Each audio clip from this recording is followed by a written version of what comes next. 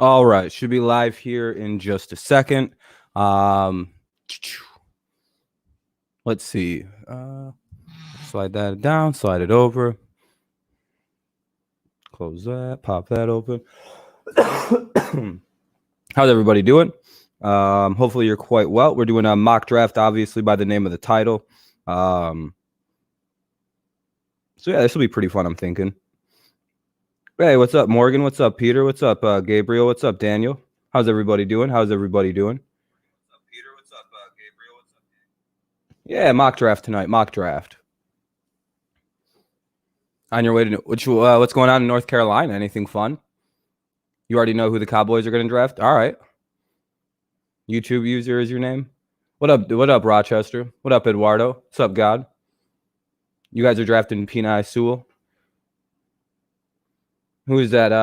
What team is that? I can't see who's in your I can't see who's in your name. Hold on, let me see if I make it bigger. Not you. You got a pin comment? Oh, you got Dak. Well, maybe if you guys trade up, you're excited to find out who you think the Giants are going to get. Pick up my son. Oh, hell yeah, man. I'm glad you're going to pick him up. What's up, Christopher? Yeah, Christopher, you just got to ignore him. What's up, Jockster? What motivated me, Jaden? I don't know. I wanted to talk about football with people. So I hope we get Lance. Yeah, that's kind of what I'm hoping, but I don't think that's possible. I think Lance is going to wind up going quite early. But by the way, there is something I'd like to tell you guys. Did you guys see what wait, hold on. What's up, Teo? Yeah, man. Yeah, I'm sorry about not streaming yesterday. I was I had the I was with some people. I was hanging out with this chick, and it was whatever. You don't need to know about it. That's whatever. But do you remember in the summer when I would get into regular arguments with Rodgers is better than Brady, and I wound up getting so mad one day, and I went, you know what? Brady not only is responsible for everything offensively in New England, but I'm pretty sure that he's also responsible for the defense playing as well as it does. Everybody laughed at me on that one, right? Everyone's like, Rob, that's clearly Belichick's coaching. And is it? Maybe for the first half of the dynasty, but the second half is all Brady's teaching. And you know, everybody fought back on me. And then Stefan Gilmore yesterday during an interview basically credited Tom Brady for his success in football. He said watching the way Tom plays, learning how to play corner with the way Tom play, everything about Brady made him a better player. So guess what? I was goddamn right again about Brady. He fucking makes his defenses better because he's just simply on the field. Just from simply existing, the defenses are better with Brady on the field. That's all. I just wanted to gloat because I told you guys. I fucking told everybody that Brady is the reason the Patriots defenses were so good halfway. Yeah, fuck Amendola. Fucking, I'm tired. I'm getting really tired of people taking shots at the Patriots coaches. Do I, Jaden? A little bit of money, not much. That's not the motivation. If money was the motivation, I would make a lot more videos and a lot more often. Yeah, Amendola. Amendola, he basically credited Brady for everything regarding the Patriots. Tom's the culture. Tom is the Patriot way. It's actually the Brady way. Basically, shit I've actually said. But like, I'm kind of starting to get tired of people going after the Patriots coaches because I'm a giant Patriots fan.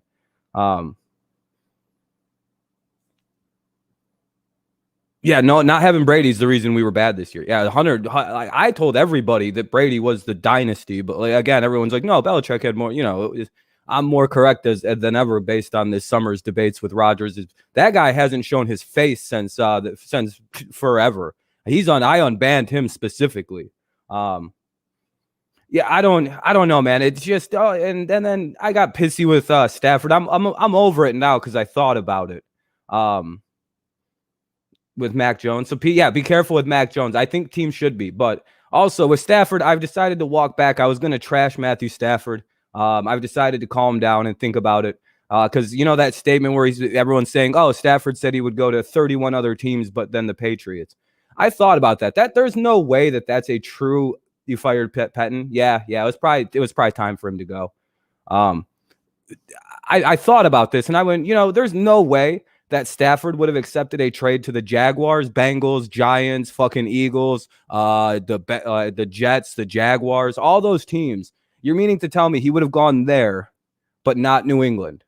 Okay. No, there was about fucking 9 teams that they put into a list and presented to Stafford of like contending good teams that he might want to go to. And I guarantee the Patriots were on that list because it's the Patriots. You know what I mean? They're usually a winning situation.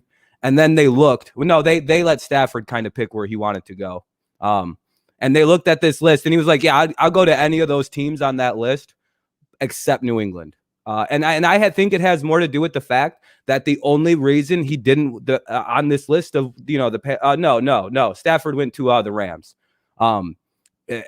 I think the only reason why that was said was because he was given a list of like the fucking 49ers, complete team that needs a, you know, that with the quarterback is Super Bowl, you know, the Washington complete team needs a quarterback. You look around and you're like, there was probably 8 or 9 different teams that were in the like serious Stafford talks.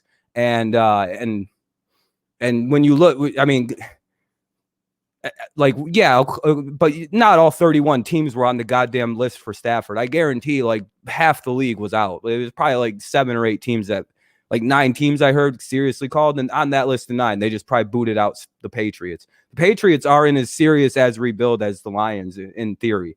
Why would he want out of those teams? I looked at, I was like, the Lions are like the most rebuildy of those teams. The Panthers was kind of strange. That was weird, but I understand they have a really good offense.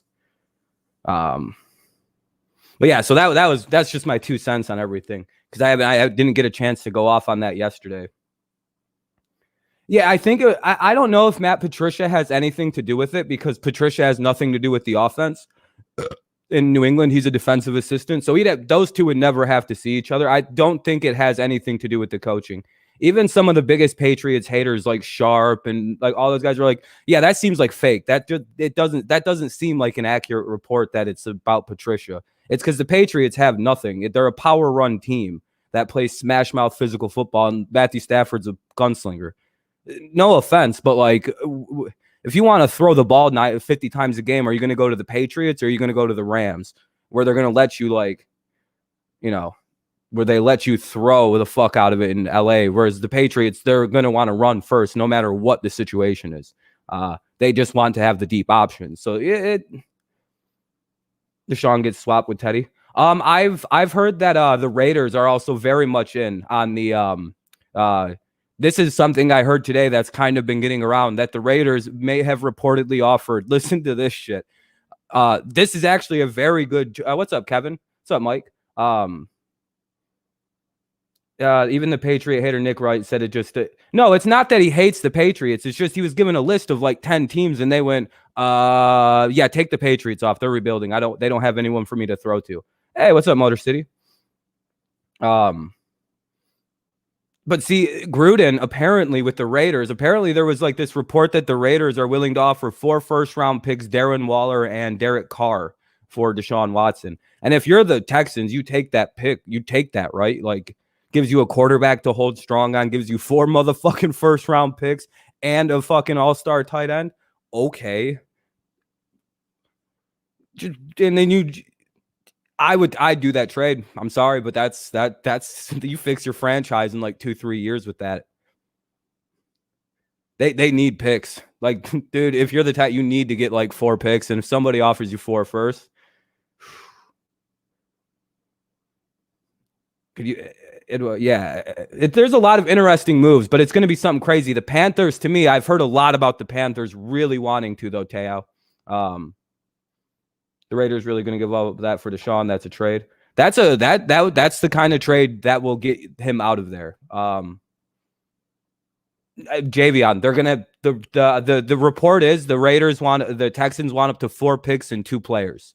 That is something I've heard very consistently. 4 picks, 2 players. They want a fucking haul for Deshaun Watson. And guess what? You're gonna have to give it up. There's no other way to get around that. It's just you have to give up. And I don't know if any team at the end of the day wants to give up that big of a fucking haul. It's 4+ picks and players. Like, that's rob them. Yeah, fuck them. What are you going to get that's better than literally like the 5th best quarterback in football right now? You're not going to find anything better than Deshaun Watson. And that, I don't think the Texans are going to trade him. I think they're going to fix that relationship. Best one he can. If I'm thinking Cam might be our best option, Tal. I've been thinking about it. He knows the offense now. You had 30 subs? Now 35? Hell yeah, Jindia. All right. You guys, hey, Javion, if you want Deshaun, you're gonna have to give up some shit.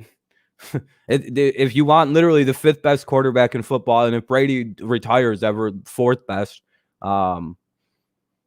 but for the Patriots, it's like a knowing. What's up, Weapon? You're at work. It's lunchtime. Hell yeah. JJ Watt. JJ's probably gonna get cut. Cam's going to Washington. Maybe that's the problem. Washington might be willing to pay him more money. That's the only problem is the money thing. Washington might just fucking pay him. They like him. What up, Amir? All right, you guys. Are we about ready to start this here draft? We can do trades on this, by the way. We don't have to like give the Jets the 2nd pick. This one, this Pro Football Network simulator actually does picks and trades. What's up, Whisper? How did the Texans mess up? I don't know, because Bill O'Brien's an idiot. We're gonna do like a fantasy draft. Pats trade up for. I have the Pats trying to trade up to the 2 pick, but like I actually was able to. Like you actually have to get the team to accept it. And I have the Patriots. I know nobody will. This will never happen. This is my wildest dream. The Patriots trade this year's 1st round and next year's 2nd round, 1st round to the fucking dipshits, the Jets, and they grab Lands. But I could see like the Lions trying to trade back, but I don't know. I don't know what the Lions are going to do. All right, you guys ready? All right, let's get this started. I have it on slow mode so that way we have time to do stuff. All right. Obviously we're going to get this out of the way. Trevor Lawrence. What up, Anthony? That's the clearest one to me is how does that look, by the way? I got to see. Do I need to zoom in at all? Yeah, I need to zoom in just a little bit here. Hey, there we go. There we go. There we go. Let me see how that looks now. There we go. All right. Do we think that the Jets actually draft here, or do they trade down? What up, Kenny? A little more from this? Yeah, I can make it a little bigger. Yeah, that's not a problem. There we go. 150%. That should be plenty zoomed. Is that good?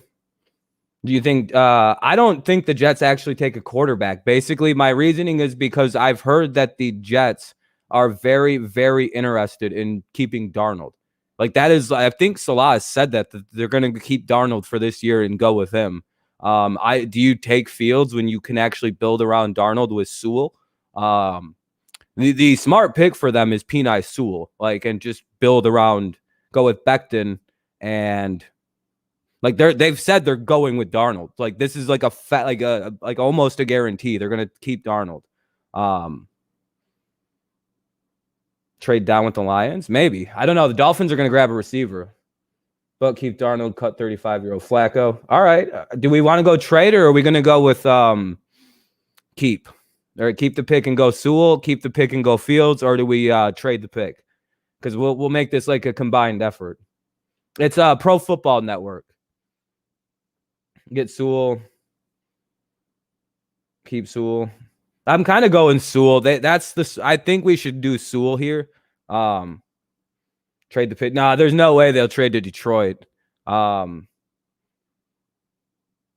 with the sad face? Or Philly? We got to make the pick soon, though. Hold on, I'll pause it. I'll pause it while we're deciding things. Hold on. Until we're deciding, I'm gonna pause it so it doesn't trade. I see a lot of trades. So okay, so we'll go with trade then. Okay. Let's get a trade started here. We'll go with proposed trade. The Jets want to trade their pick to, you say, the Eagles. Keep pick. That's what I'm thinking. They might keep the pick.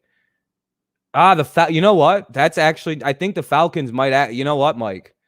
The Falcons, because they're desperate, they probably are going to be moving on. I could see them trying to go back to 2, and that's literally it. And they trade picks like this. Hold on. That. And then they offer up the 34th pick in return. This is actually The Jets are going to have to offer a little more, but the Jets do have a second first-round pick, so the Jets actually could use that. You don't think teams will trade up 2 spots? Have you ever watched the draft? I've seen teams trade 6 fucking picks to go up 1 spot. No, teams will go up. They'll trade like 6 picks to go up to these spots. This is on the Falcons. Wait, no, the Jets won't have to offer more. This is on the Falcons having to offer more. I think they would also have to give up their 68th pick.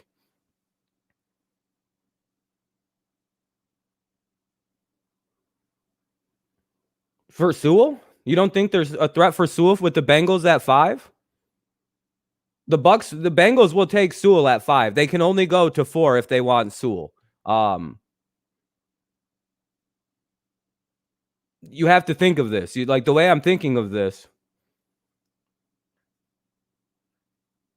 Bengals will take Sewell if he's available. So this has to be with the Falcons, I think. If they want to trade down and get more picks, the Falcons, and I have a feeling the Falcons might try to move up to get Fields. I'm thinking like the Jets can grab him at 4. So they move down to 4. It's one of those things where you get an extra pick for a pick. Like this is how the Jets can. This is a smart move, by the way. If you're the Jets and you're not taking Fields, take him. Like no, the Falcons pretty much have outright kind of. He's going to the Falcons. Like everybody knows he's going to the Falcons. Yeah, that's the thing. The Bengals will take him. Like Sewell will be a Bengal if he's not, So I'm going to do that. I'm going to propose it, confirm. Oh, it declined me. Oh, fuck. Okay. So there's no I couldn't get that trade off. Apparently the fucking Falcons win. Suck a dick. I was rejected. All right, fuck them. Jets is taking Fields. Oh shit. Cancel. All right. Fuck it. No, they're going Sewell. They're not going to take Fields. I'm going Sewell, guys. I'm just going to pull we spent too long here. All right. That's the smartest fucking pick. Let's pretend that Salah knows what the fuck he's doing just a little bit, and he does the smart thing and just take Penei Sewell. Let's pretend that the Jets aren't a trash organization. Sewell? He's like the greatest. He's like the best pick he's like the best offensive tackle ever, prospect-wise. Dude, this guy is so good. The Jaguars prefer Justin Fields over Trevor Lawrence. That won't happen, Anthony. That's not going to happen. Do they need a QB, Te'o?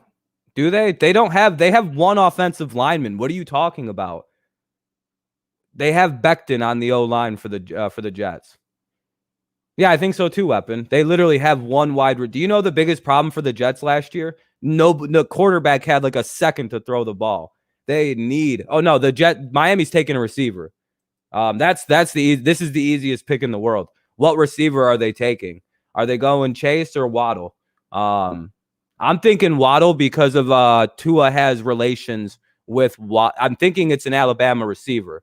It's Devonta or it's going. No, they're not taking. They can get Chase on way later. I'm thinking Waddle's the pick here for them because of the relationship and there's chemistry with Tua. Trade down? No, the guys. Miami's not going to trade this pick unless they're literally offered like 5 first rounders for this. They are not trading this pick. They need like a receiver, and they're done. They're done building their team. A wide receiver, one thing, and maybe some defense with their second first round pick. They don't need to trade. Yes, Waddle's the pick. I'm sorry, like it's Waddle or Devonta Smith. And they're gonna probably go Waddle because they need like the big body. All right, Fields here or Justin or Wilson. That's the fun part. That's a debate. Fields or Wilson to the Falcons. Are they? Waddle is not getting. Why is that, Paz? You know that the number 3 pick is going to be a really stupid random pick with the Dolphins. It's going to be a receiver, by the way. Like 1,000%. He only broke his ankle. That's the only reason. Yeah, he only had a broke ankle. I think Smith or Chase go to the Dolphins. Falcons take Wilson. I have them going Fields. It just seems like a perfect fit. Hell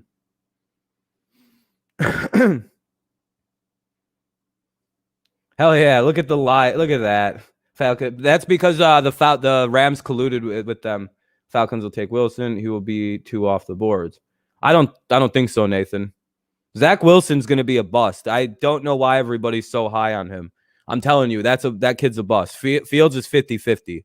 But yeah, Fields is going there. Now here's a hard pick. They're probably going to take the best offensive lineman available. So probably Rashawn Slater, right? That's probably. Did the Bengals trade back? Because they don't need this pick. That's an interesting one. What do the Bengals do here? Rashawn Slater will not be picked at 5. Like, will he be available where the Bengals pick? Because the Cowboys might take him. That is the right pick. But will the Bengals trade back because they don't need to grab fucking Rashawn Slater? But Rashawn Slater's having a phenomenal fucking pro day. Like, he's blowing the fucking shit up right now. Like, he's like sneaking potentially Sewell's top lineman thing. Will the Lions try to trade up, or will like the Panthers try to trade up to grab a quarterback like Trey? What's up, Jags? Cowboys would take a O-line over Surtain. I'm not too sure. I'm not too sure. Cowboys are probably going corner. Yeah. Do we think the Panthers might trade up here? Sun just came up clutch. Hell yeah. The Bengals, no for him. I know. Yeah, no, I just think the Bengals trade back here.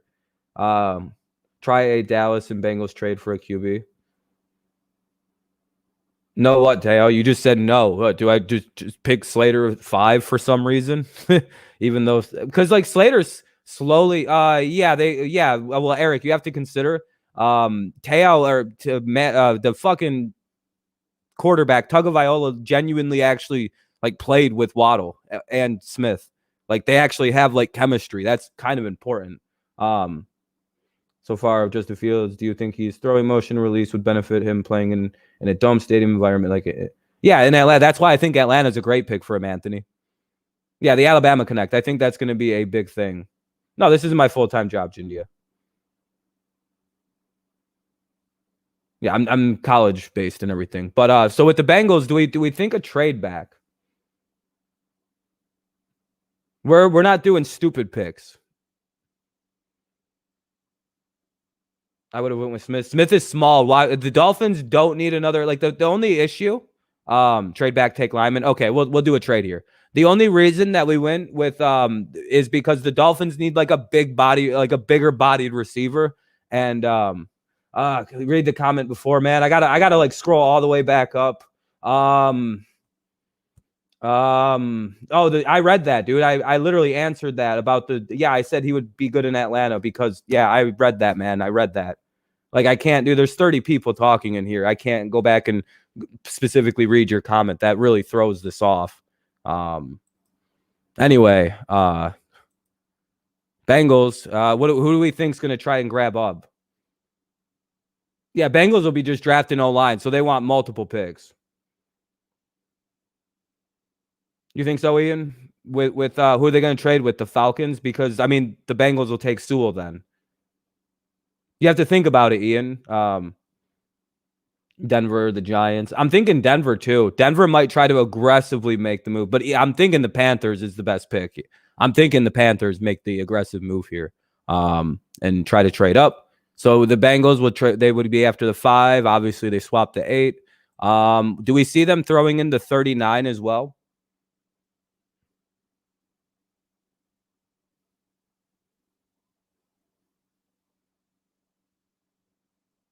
The 73? You think it's going to be? I don't think they'd accept the 73. I think it has to be the 39. 73? We'll try the 73. We'll see if they take the 73. Trade was declined. Yeah, I knew, dude. That's not a good enough. That wasn't a good enough trade. We'll try that. We'll try what I was thinking. That they would probably have to, if the Panthers want to make this move, because this is not a cheap trade. And this is a good move if you're the Bengals because you need multiple picks. Whoa, the fucking nobody. Okay, hold on. 73, 138. Trade AJ Green for Zenner. What?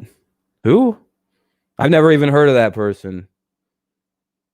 I don't know if the Bengals will trade. Maybe the Bengals just keep their pick.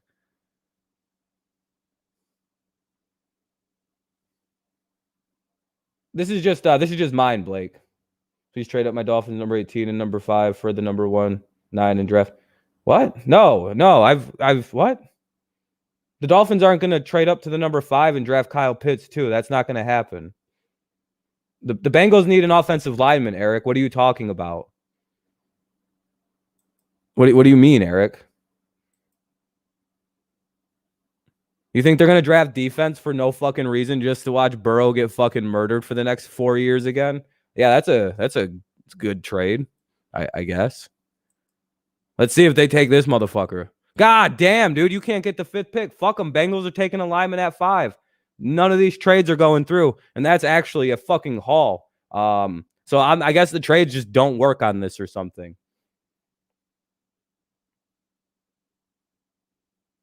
Yeah, the Bengals literally need every single offensive lineman available. Literally every single offensive lineman, and I think because it's not letting me trade. Well, Chiefs fans don't think the offensive line matters for some reason. Like, Chiefs fans the last week have been telling me that it doesn't matter, that their entire offensive line is basically out. Yeah, we're just going to go Rashawn Slater. I think Rashawn Slater is going to wind up jumping up in value anyway. It's not letting me trade. It's like rejecting every single trade. No, I'm just kidding, Eric, by the way. I'm just being a dick about the line. Anyway, Eagles are up. What are we thinking? Quarterback? Did they take Minka? I have them taking Micah Parsons.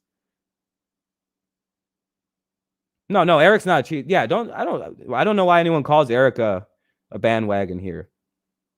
Yeah, just the first round. Yeah, Eric's like born into it. I'm thinking Micah or wide receiver or something. One of the two. Yeah, it's got to be one of those things. They could go. No, they have like 8 tight ends. They don't need that.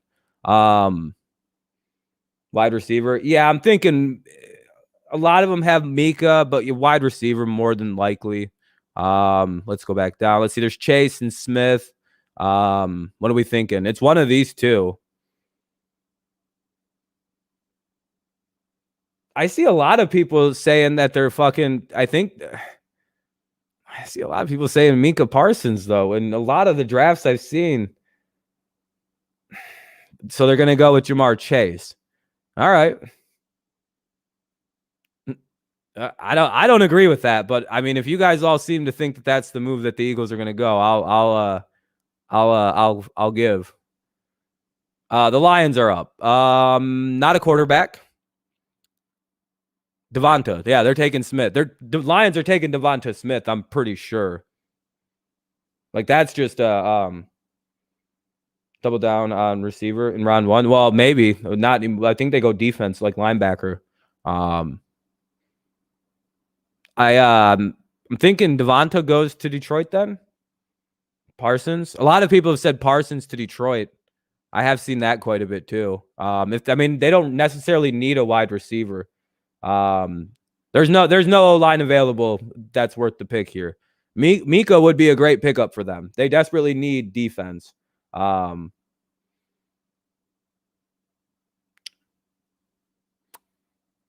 Quiddy Pay would be good too, though. Like, that's not a bad pick because they don't have. I fucked up. I went Mika.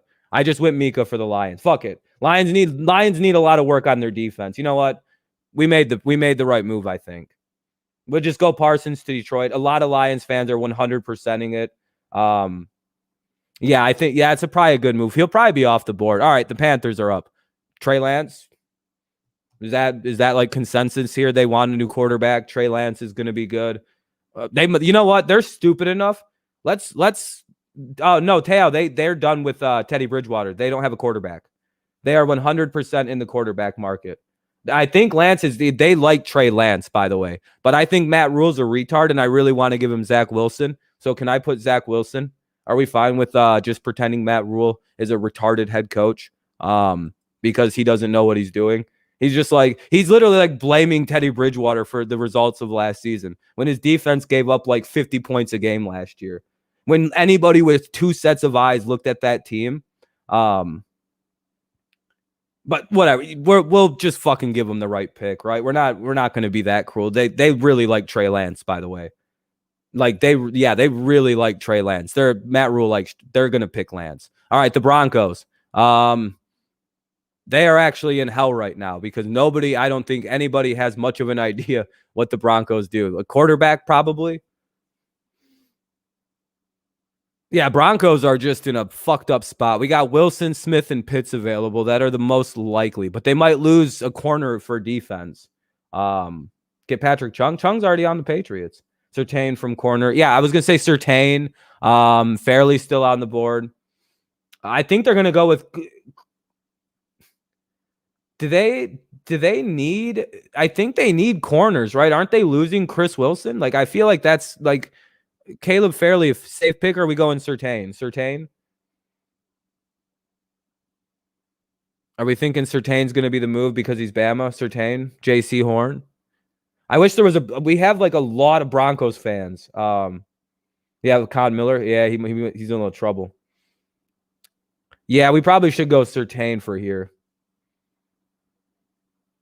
Well, I think Wilson's... Yeah, they're going to need to address their secondary. All right, Cowboys are up. Cowboys fans, who you guys getting? Gregory Rousseau is going to be top 10. If not, he's an absolute steal. Is that who the Cowboys pick? No, they don't need defense. Cowboys need wide receivers and fucking linebackers and shit like that. They actually need secondaries. Fairly. I've seen a lot of Cowboys fans say Fairly. Like Fairly was like at the top of a lot of Cowboys fans list. But Pitts too. Goddamn, Pitts is also... I want to look at what they say the Cowboys team need is. Corner is their top need. So is tight end. Now, do they go tight end here or do they go with what is this? Okay. Do they go with linebacker because they have zero stop coverage? They like Schultz. That feels very early for Schultz, though. Schultz isn't even like a top 30 prospect. Schultz isn't even in the top 40. I don't see him. So I don't know about that. No, we get it Fairly. I know it. All right. If you're a Cowboys fan, yeah, Tyron Smith might be done. They might go Pitts to screw the Giants. Now they have Schultz. It's. I think it's a corner, or I think it's going to be a Pitts. Oh, they have Dalton Schultz. That's what it is. They have Dalton Schultz. That's right. They probably go defense here. You guys are right. They probably go Fairly then. Yeah. Fairly's the correct pick. Yeah. All right. Giants take Pitts then, right? Like that's just what happens. Giants need Devonta Smith is available on this board. Do they take Devonta Smith? Like, yeah, Giants need a running back that doesn't get hurt. They need an offensive line. Giants need a lot of talent. Smith, or do they want Pitts?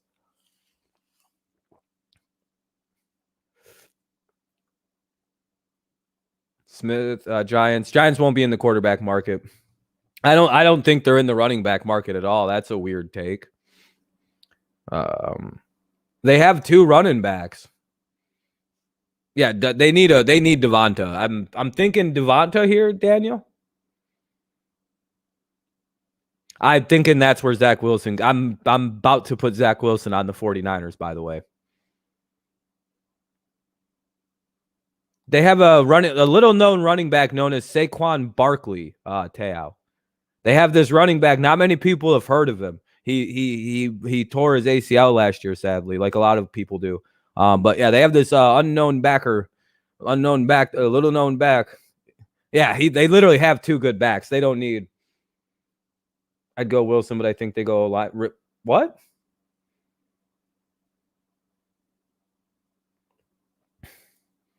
No, Tayl's good. No, it's easy because he was gone last year. No, Tayl's good.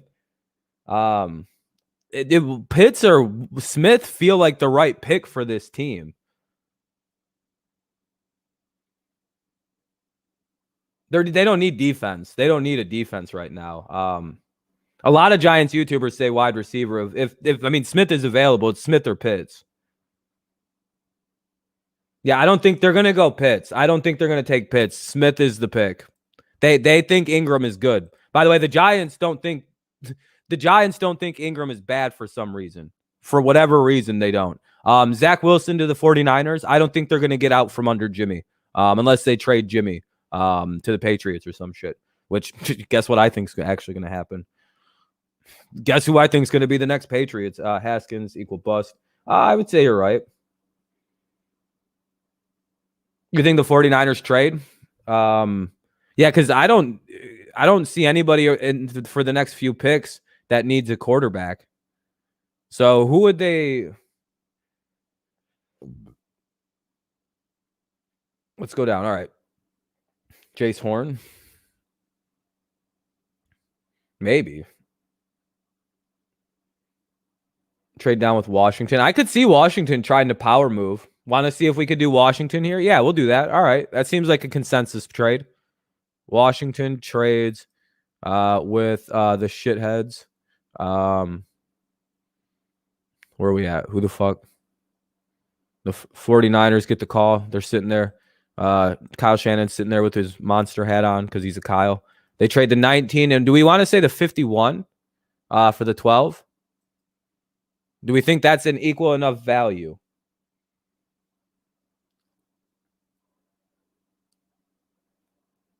Yeah, 51. Do we want to add the 80 and the 82 just to be safe? Do we add the 82 to be safe? I'm going to add the 82 to be safe. Oh, we got one. Oh. Fuck it. We actually got a trade. We got one. All right, now it's Washington. Hell yeah, we got one done. Yeah.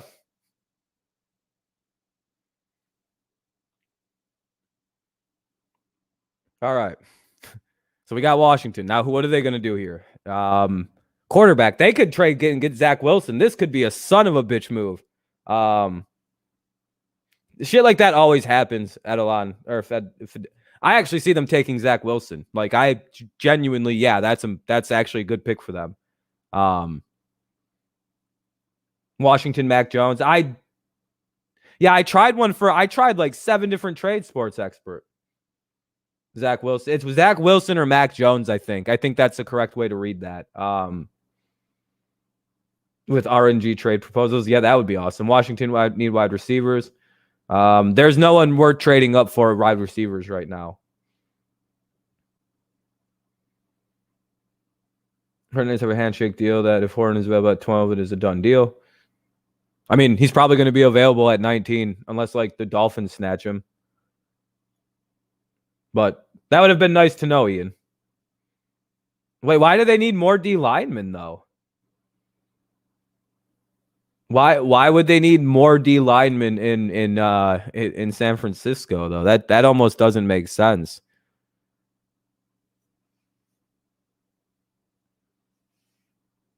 Oh, he's a corner. Never mind, actually. Yeah, never mind. He's a corner. Yeah, actually. Yeah, never mind. I misseen that. I looked at that weird. I apologize. I seen Edge, and I was looking at Rosu for however you say that fucking French name. My bad. I don't know what to do for Washington. They're gonna take a quarterback. Wilson to the no names. Yeah, I could see this being a Washington pick. They don't really know quarterbacks. No, Trevor's the best quarterback prospect since Luck, Elway, Manning. Yeah, no, I don't know why people are trying to run the narrative that Lawrence isn't going to be good. Here come the Bolts. I have no idea what this fucking team needs. And I don't know anyone who's an actual fan of them. Tackles and corners and shit. Okay. Anybody got any Darashaw? Maybe they take Horn. I don't know anything about the 49ers. Darashaw. That was my very first thought too, is because they need offensive line. They need to protect this guy. I think Slater's already gone, Anthony. We already got Slater gone to the Bengals. Or wait, no, I don't actually. Hold on.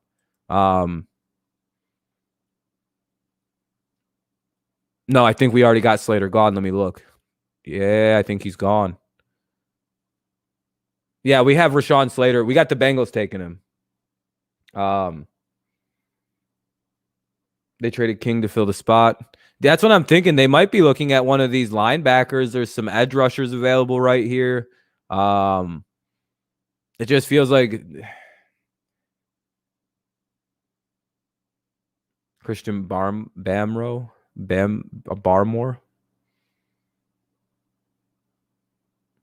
Draft jock. That's why. Yeah, I mean they were really bad on defense, and a corner probably would. But I kind of want to give. I want to give these to the 49ers. I want to just say that.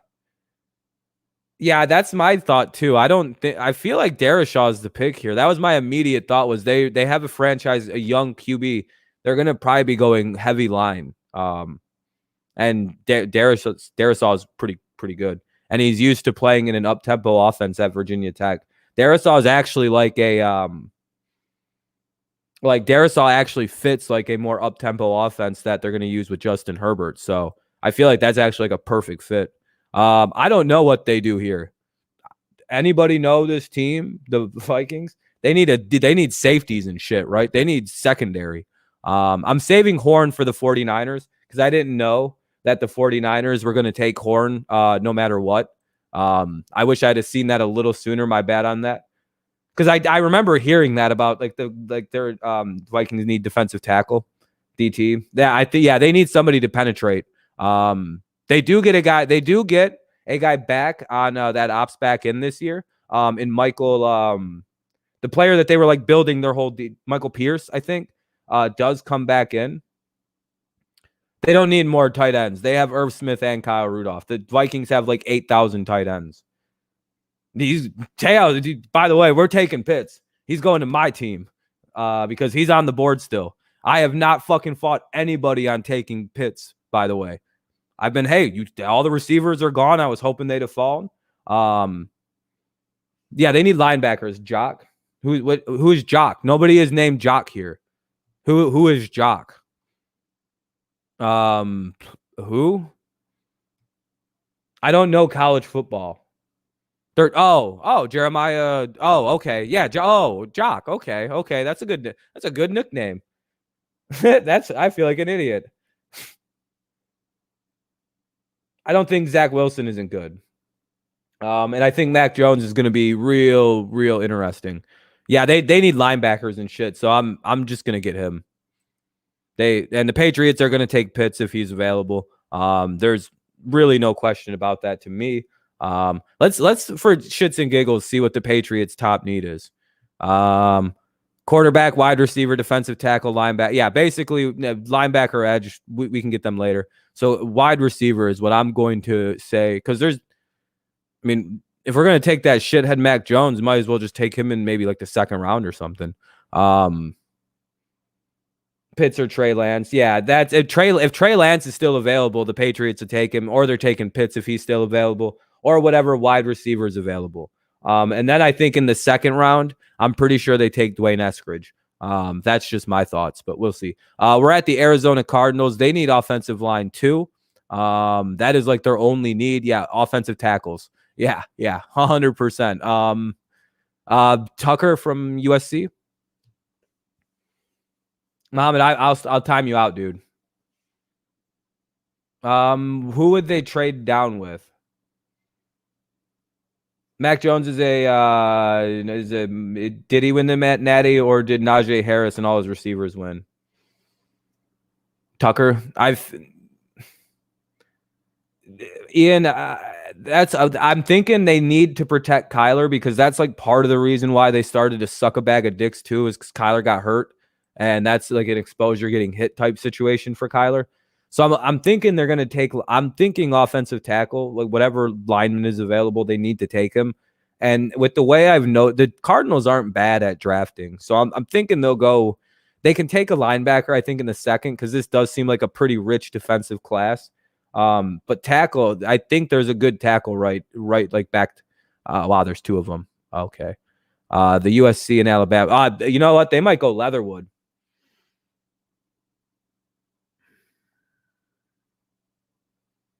Oh, you're good. You're good, Mohammed.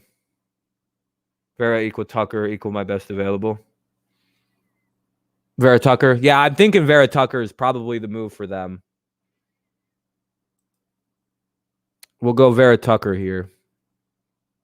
Because that is their need. Like, they do need... Well, there's not really a tight end worth grabbing right now. Do they? Are they going to draft a guy who's at 35? I don't think so. Their top need is offensive tackle. It says right here, offensive tackle, corner, tight ends. So I'm going to guess that tackle is going to be their big. Leatherwood stock has fallen a ton since the Senior Bowl. Really? Okay. Yeah, they need but they need tackles, man. They don't have a left tackle or a right tackle. Like they don't have anybody on the line like at all. Yeah, I know the Raiders are going pain. Yeah, I've already scheduled the Raiders to just take whatever edge rusher is the best available. I think that might be Rozu, and he's going to be an absolute steal for the Raiders because they need somebody, one of these two. But I'm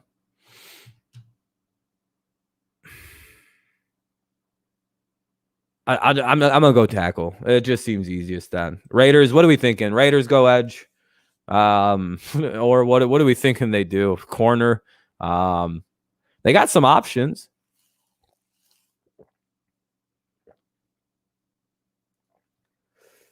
Defense, yeah, 100% defense. 100% defense. I'm thinking Rozu or Payne, or Pay, yeah. Rozu's going to be an absolute steal at this pick. Edges, I think edge tail. Yeah, a lot of people are thinking edge. They had trouble with that position this year, and pairing them with like that kid from Max Crosby with another edge, that's a pretty good goddamn start of the line. So Pay. Draft Sam Cosmi. Okay. All right. Yeah, we'll get that out. We kind of figure whatever is the best edge rusher. I was just gonna. All right. Who now? Sam Kazi. Offensive tackle. Okay, that's interesting. Is that do we think they go?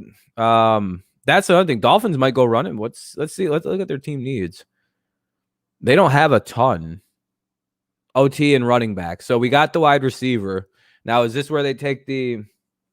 Did they take Najee Harris? Or is that a reach for Najee this early? Or do they go? What do they do? Najee, grab Najee. Yeah, just go not. Yeah, Najee might be. Well, the Dolphins, I believe, also pick like fucking immediately again in like the second round. It's really strange. Yeah, Najee, they'll probably take Najee. They can gamble and take like Leatherwood late. He's going to be available. All right, 49ers, they get the guy we've been saving for him. I did not know that Horn was basically, if he's available for them, he's going there. I didn't actually know that. So that'll be the quick one. Oh, to the Dolphins? Ian? I think defensively, they're going to try and fix up their offense early in this draft. We dropped Sam McCasey and move Robert Hunt to. Okay, Anthony. I'm sorry. I'm glad. I hope I didn't take the wrong ones, but I think some of those guys. I think that guy might be available later in the second. This is just kind of Ian. This is I'll do another mock draft. Don't worry. This is mock draft 1. There isn't really much out in terms of like. I don't know. I'm also going to go study all these prospects that I put into the year and who's on the best available list.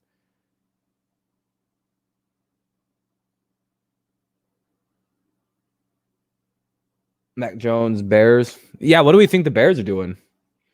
Bears go O-line for Bears. Yeah, I'm thinking the Bears might try to go O-line here. Their line is absolute shit.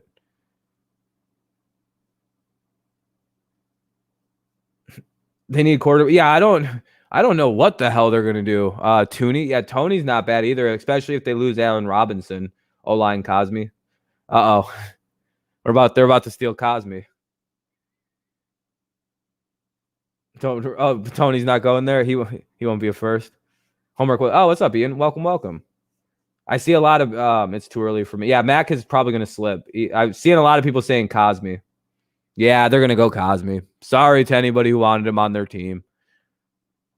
Colts quarterback or no? The Colts might actually fucking take goddamn Mac Jones. In all seriousness, the Colts might be the team that get Jones. But they also kind of do need to replace Anthony Cantanzaro. I think he just retired. So yeah, I think they're gonna have to actually go guard. Yeah, actually. Let me look at the Colts. QB a tackle. Yeah. There's Jenkins. There's still Leatherwood.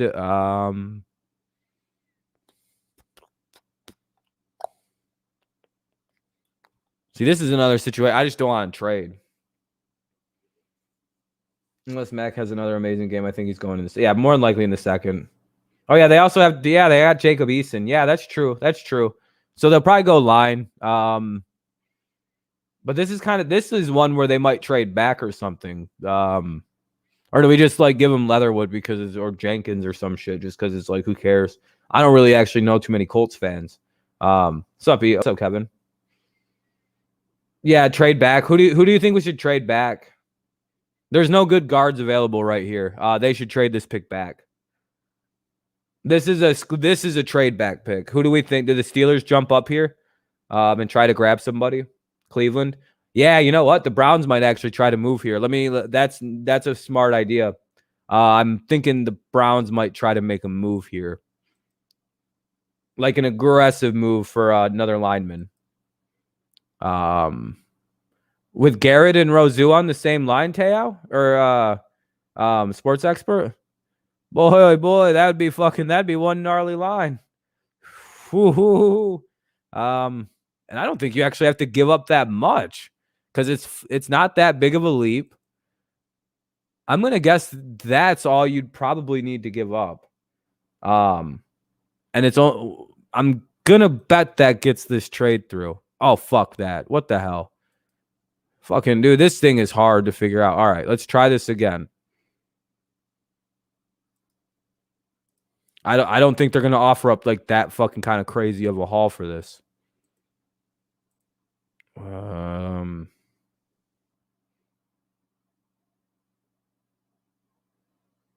Cosme was already drafted, Anthony. I doubt the Dolphins wind up with 3 first-round picks. I'm sorry I didn't put him on your team, but I can't put everybody on everybody's team that they want. 59th and the 150. Okay. This isn't that crazy of a move, I don't think. Okay, good call.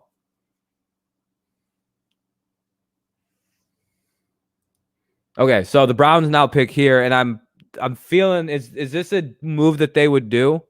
And take a fucking another edge rusher? Because I've seen a lot of Browns fans say they need another D lineman. Like, it feels like this isn't a terrible move. And it's like addresses something they kind of do also need. But I also believe the Browns, there really isn't that good. Like, there isn't that many good defensive backs that's going to be available, right? Like that. Like, you can probably get this guy later. You can get this guy a little later. They need to bolster up their D-line a little better.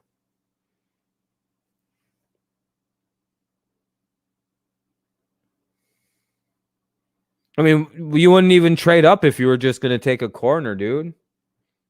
There's no good. You would try to move way further up into the draft if you're going to take a corner. I don't think anybody's going to trade with the Browns because you guys are kind of fucking stacked. So, I mean, like, that's a trade that happens late in the first because it's kind of useless.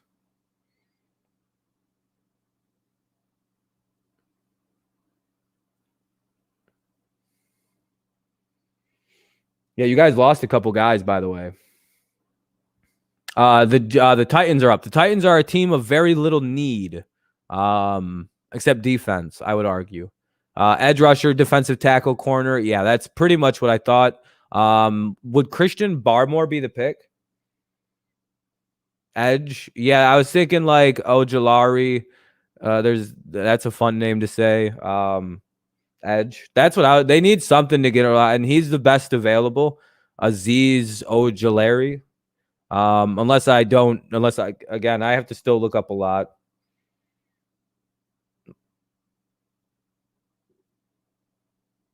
Colts definitely want an edge. This is so all right.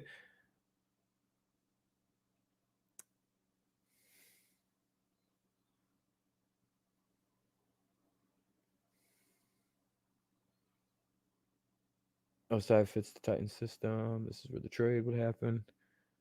The Colts try to trade with the Titans here, like try and trade back with the Titans and see if they can't move up. Should do we try and do another trade here? See what the fuck happens. Let's push the luck. We'll make this a little interesting. Let's see if the Colts could somehow convince the Titans to trade with them. All right. They got some extra picks. So look at how many picks the Colts have.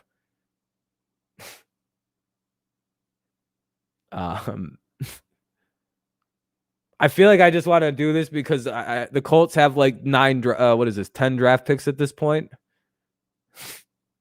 And I think they could just like offer like the 84th and the 104th. And like, and we got this weird double trade. Yeah. All right. Now we got another trade. Sorry. I do like to just be able to do the trades here. And the Colts would probably take him. Yeah.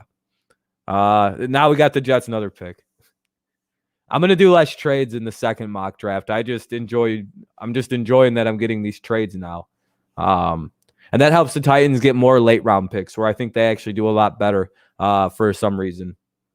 Jets need running back. That's what I was thinking. Travis Etienne? Or would they go, oh, they already got, there's Kadarius Toney also is an option. Travis Jenkins. Yeah, I was going to say off at another. See, we had them getting Sewell though, Ian. If I don't know if that changes or does not change anything for you. I wouldn't be stunned if the Jets went double offensive lineman in the first round, actually. I would be very little surprised if they do that, actually. That'd be like the smartest thing they could do. Who is the defensive player of the year? Who?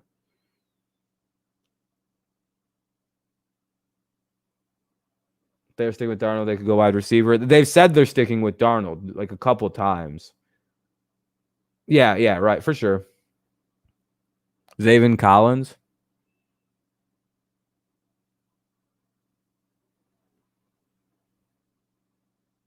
I don't think anybody's going to – I feel like he's going to fall to like the fucking Steelers or something.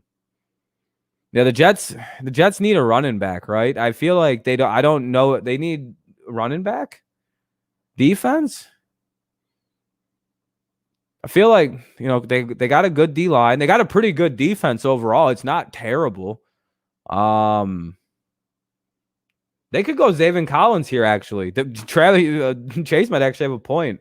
They kind of do need another linebacker next to CJ Mosley next year. They've literally, I think they've only got CJ Mosley. Have a good night, Joel. Thanks for coming by, man. Let me look at something here. Let me see what the fuck this garbage. They need everything. OT, QB. I don't think that's true. Running back is their next big thing. Is the next big need. I forget they do have a good linebacker.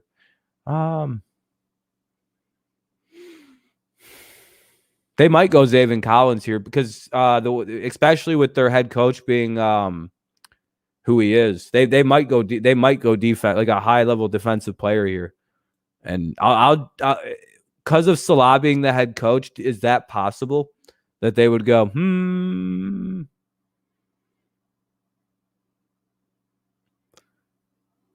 Because I've seen a lot of people saying that Etienne here is not going to wind up in the first for whatever reason. Running back? Who are they going to get? Like you got to remember, I think the Jets literally pick at like 10 picks later at like 32 or 33. I think they're going to I've heard, if he plays like Warner, he's going to. Yeah. I think Zaven like that's probably going to wind up what's happening. Because, you know, the Steelers now. I don't know. QB, running back, tight end, offensive tackle, OC, an offensive coordinator. Oh, a center. I think that's how they write center. They're probably going to take like an Etienne. A lot of people have them getting what's his name? Najee Harris.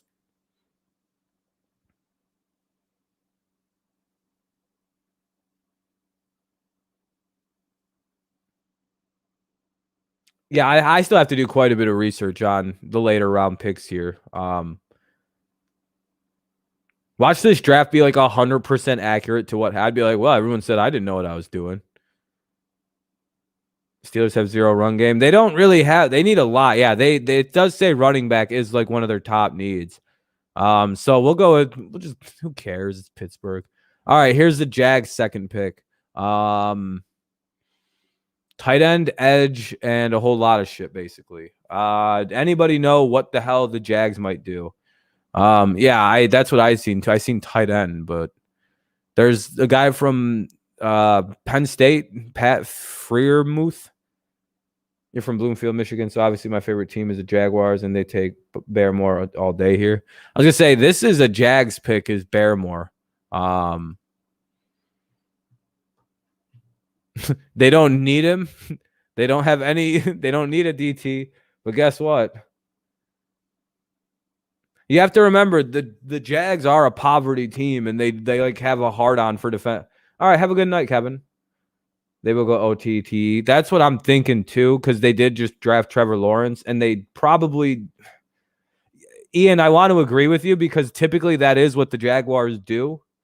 They just take like the best defensive player available if they got 2 picks.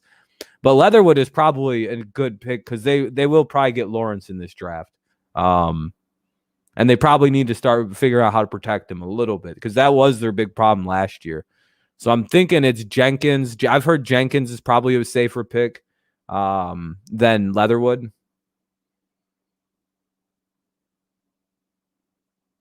Yeah, they don't have any offensive linemen though, man. You like, what are they going to do? Hope to God Trevor Lawrence throws it to his brand new tight end in 2 seconds or a second. That's the pick. All right, you know what? All right, Ian, I'll take your word for it. Because I actually do agree with you. I full-heartedly agree with you. This is what the Jaguars are going to do. Their O-line is an ass. Why the hell did all their quarterbacks keep getting hurt last year? How the hell what happened to Gardner Minshew? Didn't he get hurt twice? Literally 2 times last year, like badly. They were running fucking, I don't even know who the hell they were. Their O-line is god awful. He broke his fucking hand last year. He didn't get benched. He like got injured. I'm not claiming he's good, but like I feel like he got hurt actually. I'm not claiming it's a great pick, but it's like when the Lions pick a tight end. Yeah, I totally get that. I totally would. No, Ian, I know. I hope you're wrong on this too.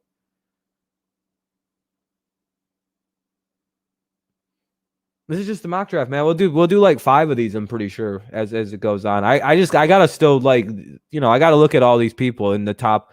I don't know. I would argue the top 50 I want to look hard into. Titans go Bolton. Yeah, probably. They need some more defense, so. With the problem with I had thought that Minshew broke his hand or something, and that's why they had to sit him down for a minute. And then he came back and was god awful, and then they benched him. So I mean, like, yeah, you're right. I think he did eventually just get benched anyway. I mean, he's not good, but I think he did initially lose the job because he fucked his hand up. But yeah, he's probably going to wind up getting traded somewhere. Yeah, I was going to say linebacker. If they don't trade that pick, they probably take Zaven Collins too. I didn't even think of Zaven Collins. But yeah, Nick Bolton if he's available. The Ravens, wide receiver, right? Wide receiver, somebody who can catch the fucking football for that quarterback that they have. Wow, defense, really? Edge and DT. That just doesn't even seem correct. The Ravens had like the best defense in football. Huh? Literally, they had like one of the best defenses in the whole football. And they're like, well, the Ravens need a whole lot on defense. They couldn't throw the ball down the field. Like, yeah, this is a wide receiver. Would they potentially go with a little bit of a risky pick here? Let me see something. Oh, Dwayne's gonna fall. Yeah, he's not quite on the list here yet. Dwayne Eskridge. All right, he's gonna be one of those surprise picks that nobody sees coming. All right, yeah. So I guess Dwayne Eskridge isn't on the list. So we'll just go with the wide receiver from Florida. Free Lucci. I don't even know who that is. You're not gonna just spam something on my channel though. Ravens are losing 3 to free agency. Is it for sure that they're going to lose them, or would they not be able to re-sign them? Oh, they're leaving. They're for sure leaving. McPhee and Bowser. Oh, shit. Okay. They might go defense here then, you guys, actually. I don't care who it was. Would they go like Osai here? They very well could go defense actually at this pick because those are actually really good players. I didn't know that those two are out. Yeah, okay. If they're 100% gone, then yeah, they're going defense. They're gonna make sure they stay good on that. Let me look at the needs then. What was their top one? Edge, yeah. Then they probably go Osai then. No, we're just gonna do round one. Owe looks nice. Yeah, they're really good at finding these kind of guys. Yeah, that is a 100%. That is 100%. This is 100% the kind of like really good snipe by the Ravens make. Ravens they don't miss on defense for the most part. Saints. Let's see. Let's see what the wide receiver probably is my guess. Oh, it doesn't. Oh, okay, here we go. Linebacker and wide receiver is their top needs. Corner. That's what I was thinking is they wind up going or like Trevon Moehrig, because what's his name getting a little older. I was thinking safety. Yeah,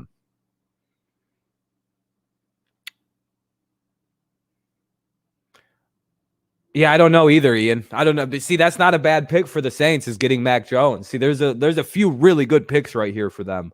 But that's a lot of money in the quarterback room. So I maybe not. That my only thing is like there's a lot of money in a goddamn quarterback room with Winston, and I believe they're bringing Winston back too. Jenkins is getting old, isn't he?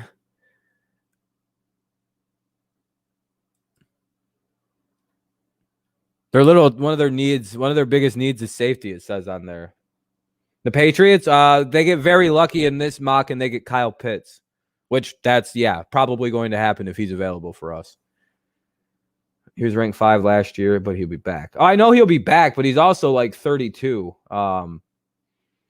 Like he's starting to get a little old, Tail. That's the problem with Jenkins. Or not Jenkins. Malcolm Jenkins. Yeah, Mac Jones isn't a bad pick here, though. I actually could see this Mac Jones being the pick. We'll figure that out. Machine Gun, who's he going to throw to? No, we don't. Okay, who does he throw to? Nobody? Awesome. Boy, oh boy, we'll look just the same as last year. No, we don't. We need fucking wide receivers before anything. Yeah, I don't know about Mac Jones. That'd be very. I'm thinking Moehrig is gonna be the pick for them, unless they go offensive tackle and go like Leatherwood, or Jenkins. Because I think they lost a lineman, didn't they? Or is their line really good? Am I fucking totally tripping on their line? Or is their O line really, really good?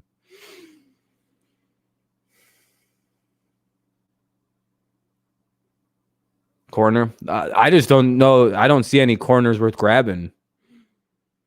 There's no good. I guess this guy Milifnafu from Syracuse. I guess that's not even really that big of a reach. 5 picks. Good O-line. They have a good O-line. So the safety or the corner. Yeah, what's their top need? But their top need, it says here, is a linebacker. I haven't seen one Saints, and Morgan's a Saints fan, so I'm going to take his. We'll take the best available corner and just go with that. I go with the fan suggestion the most. They got the best feel on their team kind of situation. Packers wide receiver. Yeah, if they don't pick a wide receiver here, Aaron Rodgers will murder everybody in the building. So, yeah, probably him or Bateman.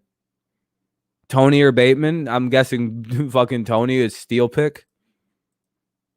The Bills are probably going to take a kicker. I have it on good authority. The Bills take a kicker here.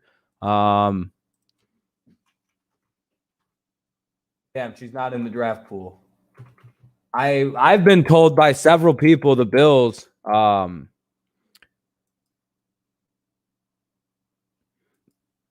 been told by several people that the Bills are very interested in Sarah Fuller, but yeah, they're gonna give away Base or whatever his name is. He stinks. They think they're pretty sure their future is in females playing for the Bills.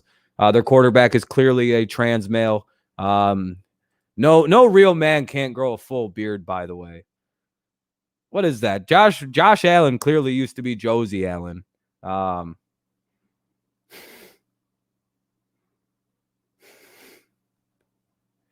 know, because what he has that weird fucking.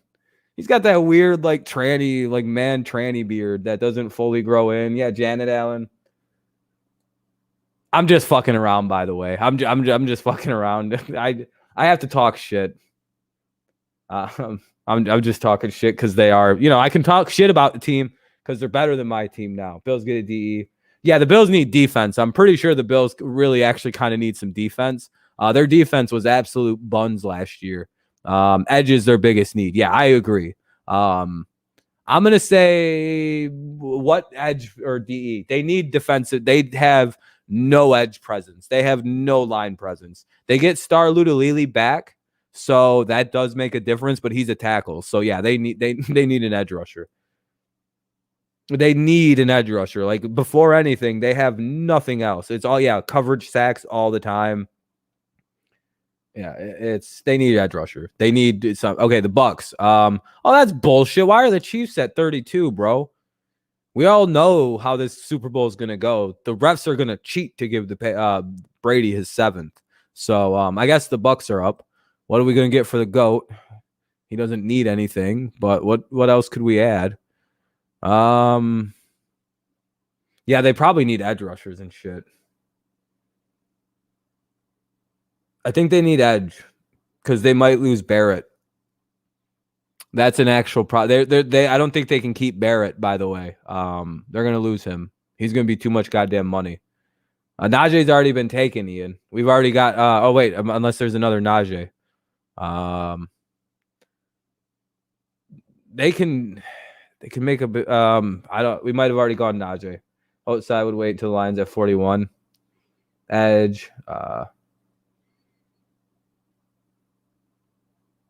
maybe go. Yeah, I would have had Najee go to the Steelers if he would have been available. DT Iowa for the Bucks.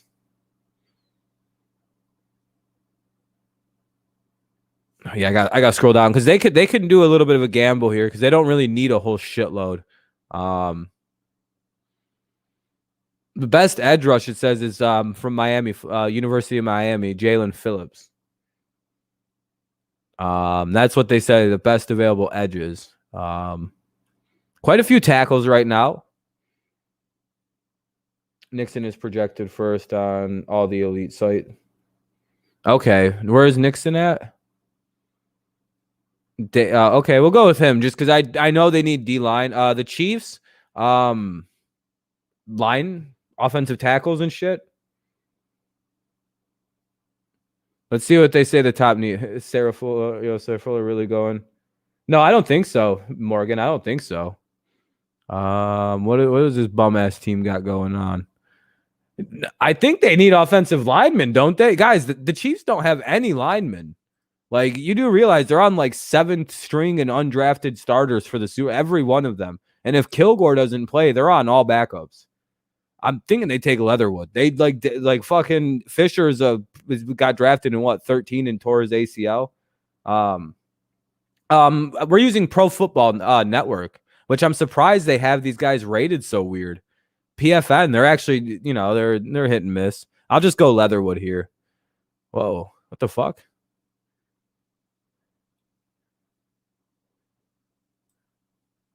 Oh, okay.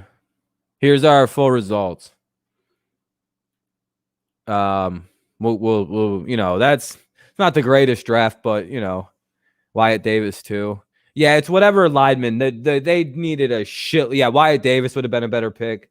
I just grabbed a whatever lineman. I just went, yeah, their whole goddamn fucking line is broken. The Chiefs, and yeah, it was not bad. There's a couple of things I wish I would have done different, but we got Lawrence, Sewell. We couldn't get any trades we couldn't get trades until fucking pick 12 for some reason. Like nothing was working. So a lot of these are just like I think they would trade back because I don't think Slater, you don't need him to get him at 5. So the Bengals, I think, would trade back with somebody like like potentially the Cowboys or some shit like that. And the Cowboys maybe would then pick up like a Surtain or a Micah Parsons, because more something that they would need for the Cowboys, like something that they fucking, because they need a lot of defense. Fields, I just feel like he's going to be a Falcon. That's I just because with this too, I just don't think the Jets are going to wind up taking a QB. I just don't, The Eagles, we kind of just went whatever. It was wide. It was Mika, or this was either or. This could be flipped. If the Lions if the Eagles take Parsons, which I've heard is very, very likely could happen, then the Lions will just take Jamar Chase if he's available. Or if Jamar Chase goes to Watt, you can pretty much interchange the Lions, Dolphins, or the Giants wide receivers picks in this draft. It's however you think they fall. That seems like locked in. They might even trade up to with the Bengals to get him because they're stupid and Matt Rule's not a good coach nor GM. Defense probably no matter what. They need defense right now. Defense. Pitts or whatever receiver, I think. Could be wrong.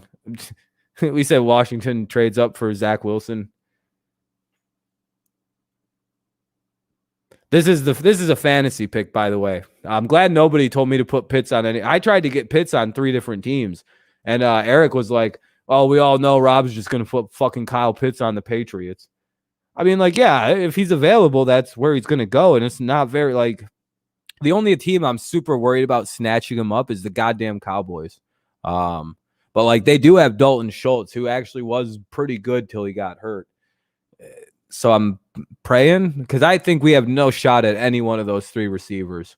Waddle's going to be a top pick because, he only broke it. I thought he tore his ACL. No, he only broke his ankle. That literally will not probably impact his draft stock even a tiny bit. The only thing that kind of fucks him up is that Smith just won the Heisman. But, I don't know. Does that really fuck up? Because Smith is a smaller receiver. So if you're kind of trying to build a new receiving core, Smith is good, but you kind of. I thought Schultz got hurt, or did he opt out? I thought Dalton Schultz broke his whole body. I thought, or was that last season?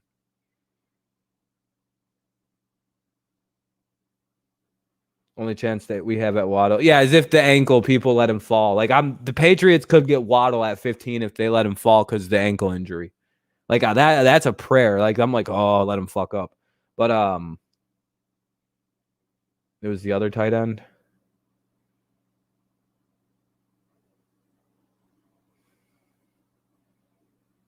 Oh, yeah, it's the one that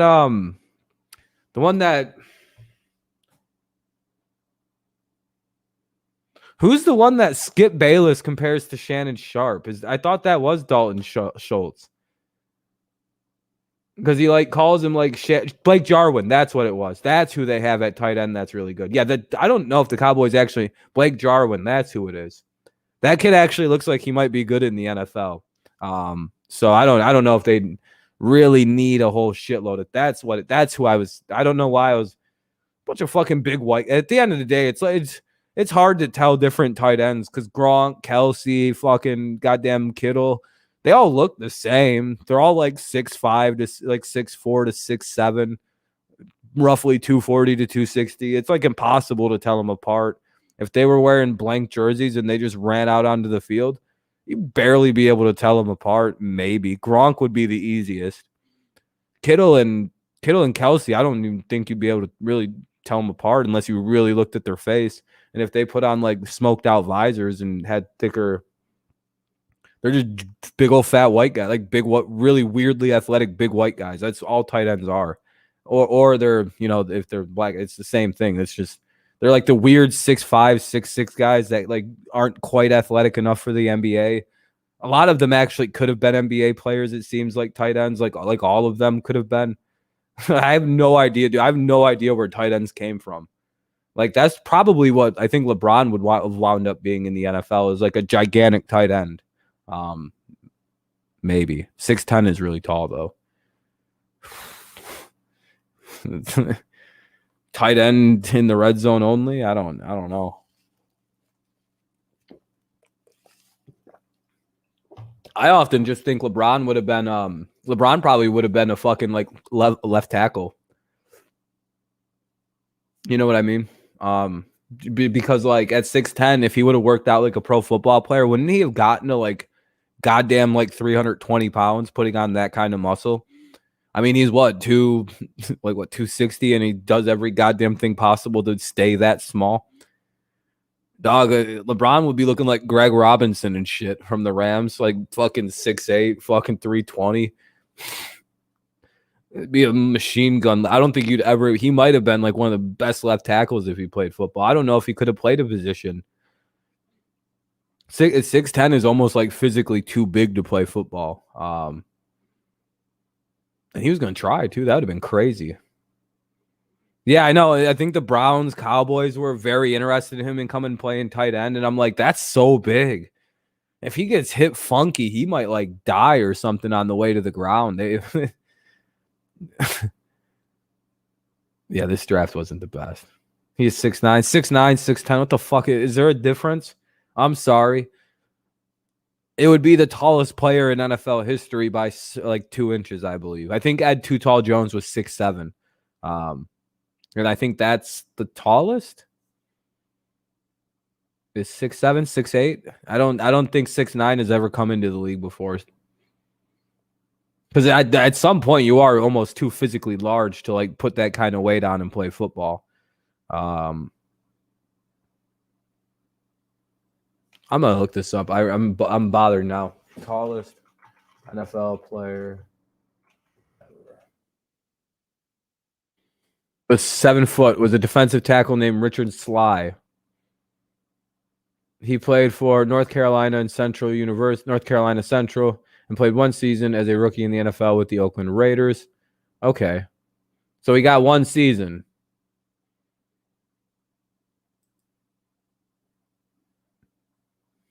Richard Slee.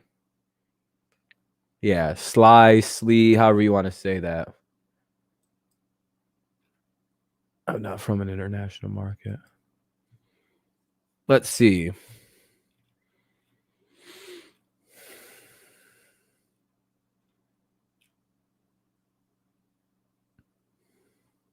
Damn, there was a quarterback named Dan McGuire who was 6'8". I think that's Mark McGuire's brother. Yeah, Dan McGuire's brother is 6'8". Jesus Christ. Brandon Jacobs is 6'4". Wide receiver is Harold Carmichael. Oh, you know what? 6'8". You know what? LeBron probably would have just played wide receiver or tight end. Fair enough. Fair enough. He probably would have just what position? Like DT? Oh yeah, the Ravens tackle that was like 6'10". But yeah, so far 6'8". The tallest is 7 foot overall. 6'8". 6'8". It seems like the tallest tight end in NFL history. Oh shit, is Morris Stroud 6? Never mind. Okay. So LeBron could have played in the NFL as a tight end. There's Jonathan Ogden is 6'9". Jesus, dude. But yeah, 7 foot tall is the tallest. So yeah, LeBron just would have been a freak of nature. He'd have been one of the tallest players at his position in the history of the game. So he would have been the tallest tight end in NFL history. At 6'9", 6'10". Yeah, Ogden was 6'9". Yeah, he's a monster. Jesus, dude. Yeah, these are some big dudes. These are like the biggest players, by the way, at their position in the history of the game I'm looking at. So that's goddamn. But again, the average NFL player is like 6'4", 6'5" anyway. So it's not crazy, but like most of these guys, when you read down the list, they also played like 3 seasons apiece. It's not a long career. The big old tight end played, who was 6'10", he played 5 years. Ogden, I don't think he might not even be in the league anymore. Let me look. Oh, he played a while. Yeah, 12 years. He might have like the longest one.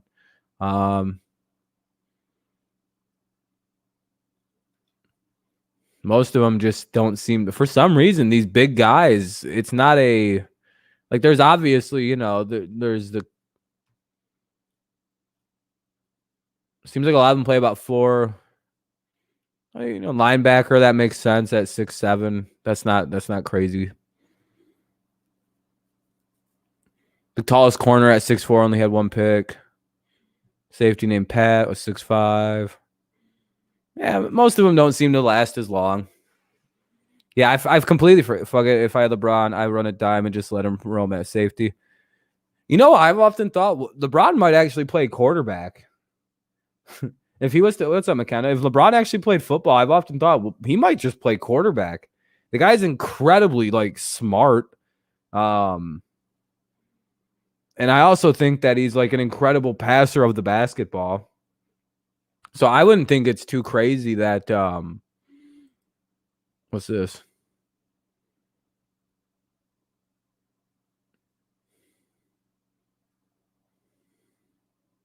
Oh no. Remember in oh no.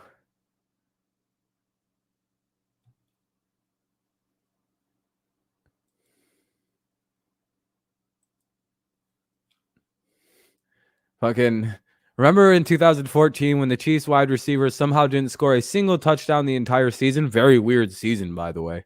Who was their wide receivers coach that year, you ask? Texans' new head coach, David Culley. Boy, oh boy, I'm sure Deshaun Watson is going to find that out and just be pleased as punch with the new decision to hire him instead of Eric Bieniemy, the coach he wanted. The coach where if you would have hired him, he probably would have went, you know, I guess I can stay in Houston. They did kind of just go hire Bieniemy for me. You know how simple it was to like actually like would have been how easy it would have been to like keep Deshaun, hire Eric Bieniemy, and he'd have been completely happy with everything else. Like literally that one thing. It was one goddamn thing that they had to. They blew the GM thing. Whatever. Casario, I think he would have been.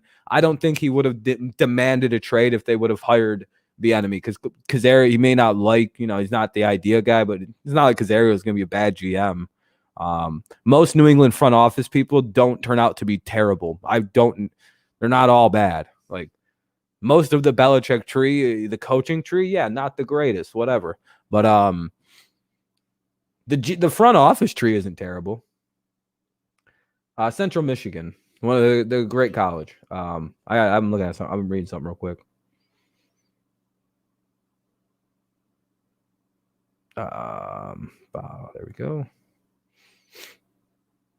But yeah, fucking poor Watt. Yeah, they just need to trade this fucking dude. It's never gonna work with him in Houston. That is a dead thing. Whatever that's dead. They probably need to work on trading him at this point. He's gonna hold out. It's not gonna be pretty and shit. It's just gonna be a goddamn nightmare. I don't know why the Houston's dragging their feet. They need picks. Like, what are you going to do? Just waste Deshaun's career for the next 4 years and then trade him when he's valueless? Because you're a poverty franchise and that's what you guys will always be and always will do, it seems. You waste so many good careers in Houston. Jesus Christ. Well, even the Lions went, all right, we're going to let Matt Stafford leave. It's probably for the best. And Stafford could play another 10 years in the NFL. Like, that dude's probably not close to done. May not be happy with Stafford, but I do think that when I've thought more about it, Chase, I've decided to back off on the Stafford criticism again because I do think the media is misrepresenting what was being said, what Stafford said about not wanting to go to the Patriots. Because do you really think he'd rather go to the Jaguars, Jets, the Texans, Bengals, like all those teams over the Patriots? Or do you think like there was a list of like 8 teams that was presented to him as like very highly interested teams? And he went, of that list, I don't want to go to the Patriots. The other 8 teams that were all playoff contenders except the Panthers, I'll go to all those teams. Patriots just have nothing to work with, man. I think that's more the I don't think it was. I'd rather go play for the Jaguars than the Patriots. I don't think the people are representing that correctly. Yeah, I think the Lions are going Goff. Yeah, I think they've committed and said Goff is going to be starting for them. Like it's like a no questions asked. They wanted Jared Goff. I have no idea. Apparently, like fucking 5 to 7 teams reached out to the Rams about Jared Goff. I mean, I guess we may not see it, but I mean, he is only 26 and has played in a Super Bowl and did just win a playoff game with the repaired thumb. So, I mean, I guess Goff gets another shot. You know what I mean? Like, I don't. Do I think he's worth it? He's not worth his money he's going to get, but I mean, there's not much you can do about a contract like that. And there is no motherfucking way in hell the Lions are going to be able to restructure that deal. He won't touch that contract and restructure it. If he does, he's an absolute G. But yeah, Chase, I've decided to walk back the Stafford criticism if you weren't here. I think the media is misrepresenting what Stafford said there. Because I highly doubt all 32 teams reached out to the Lions first and foremost. I'm sure it was more along the list of about 7 or 8 teams that reached out, and Matt was presented with a list. And he said, of those teams, I don't want to play with the Patriots. They got nothing going on up there.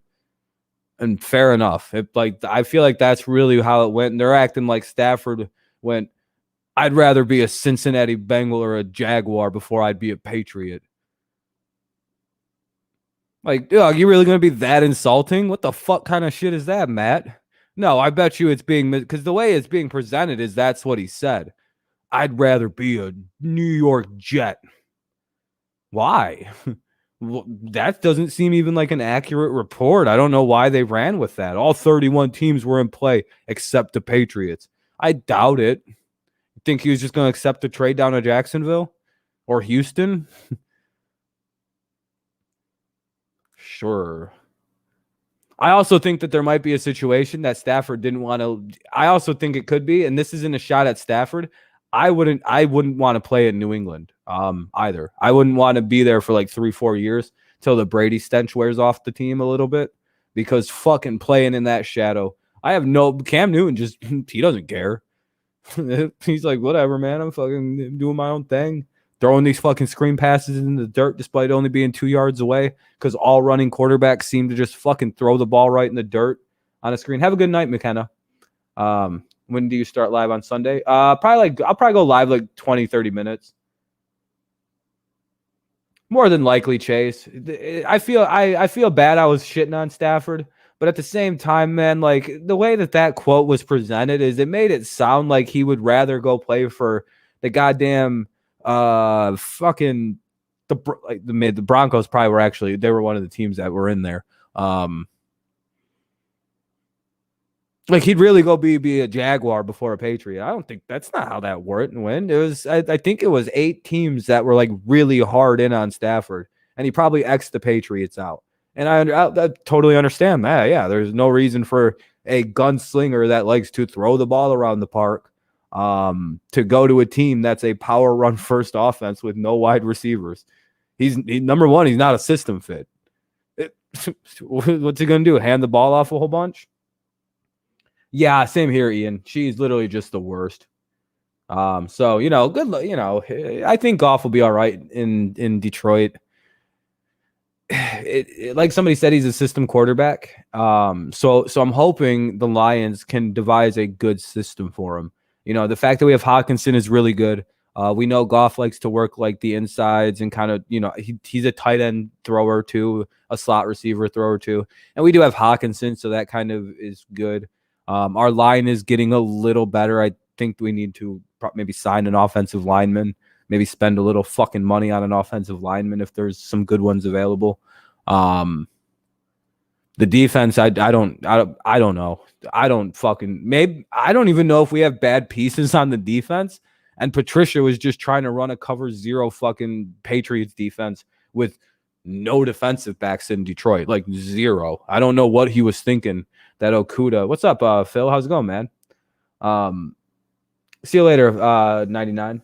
Have a good night, man. I just don't know how to F DeLeon. I can't read. I'm bad with reading names sometimes. You would think that someone who's an English major would have no problem reading names. Not me. That's more my own language literacy. That's the issue. I'm pretty good at English, but bad at everything else. What's this draft for? It's just a mock draft we did for the NFL, just for fun. We have the Bills taking Sarah Fuller. We decided that Buffalo is going to be a gender inclusive team, or they're going to take an edge rusher. I tried to be. If she was on the board, you guys were going to take Sarah Fuller, but I don't think she's entering the NFL. Yeah, because Western's got a medical school, right? I already know where this is going. Let me guess. You're a Bronco, aren't you, Ian? I can already tell how this is going to go. How's that medical school you guys got over there? Nice and non-existent? That's what I thought. Central's better. We got a medical school.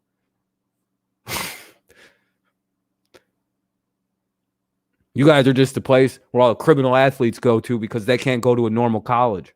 So are we, but they just don't go to our school for some reason anymore. They just stopped coming here. Oh, Wolverine. Oh, never mind. Yeah, you guys are way better. Yeah, I actually did go to Michigan.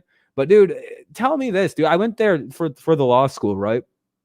I went there right after I graduated my fucking college job. I wanted to be a lawyer for a while. I wanted to be a civil rights attorney. But the problem was everybody at that fucking school was miserable that I was around. All they did was mope and whine about not getting into a better school than Michigan. And I was like, I feel like I had a home run getting into this school. You went to Case for law? Yeah, I got into. I did very well in college, but that's beside. That's totally different. Fucking, and I have I'm a it's fucking whatever. But the whole thing, my brother went to the same school. It's kind of I think it has something to do with my brother going there, and they were. It's whatever, but dude, I left. I fucking left. I never have been around more miserable motherfucking people my whole life. Everybody was miserable there. It just seemed and you could tell who was happy to be there, which was a lot of people. They really enjoyed being at the school. But man, there's too many people that were just oh, I want to get in. It's you're literally at one of the best schools in the country. Yeah, dude, I didn't like that because I came from Central where everybody everyone's having fun. I'm going to just go to graduate school. Fuck law school. And it was also, I will admit, it's the hardest fucking thing I've ever done. I quit. I was like, yeah, I'm not meant to be a lawyer. I think I found out because I don't like reading like that. I'm an English major, but I thought I could do I don't like reading like that, man. And U of O, U of O. Oh yeah, that would be awesome. Yeah, I said fuck that. I can't read like this. I like the idea of being a lawyer a lot more than reading and being prepared to be. I'd have been a great trial lawyer, I'm pretty sure, but get me in front of the court, let me argue a little bit, let me be an orator. But that's not what I think. That was what I figured out real quick. I could just do that and be a college professor. That's what I want to do now. And that was always kind of the backup choice, was either be a lawyer or be a professor. So I was like, I'll just go be a college professor. That's way more fun. I like to hear myself talk. I like talking about books, co-founder. Yeah. Nike. Yeah. Dude, if I could get into Oregon, I'd probably go there for finish grad school. Oregon, fucking Colorado at Boulder. I really want to go to one of those schools to finish out graduate school. We'll see how that plays.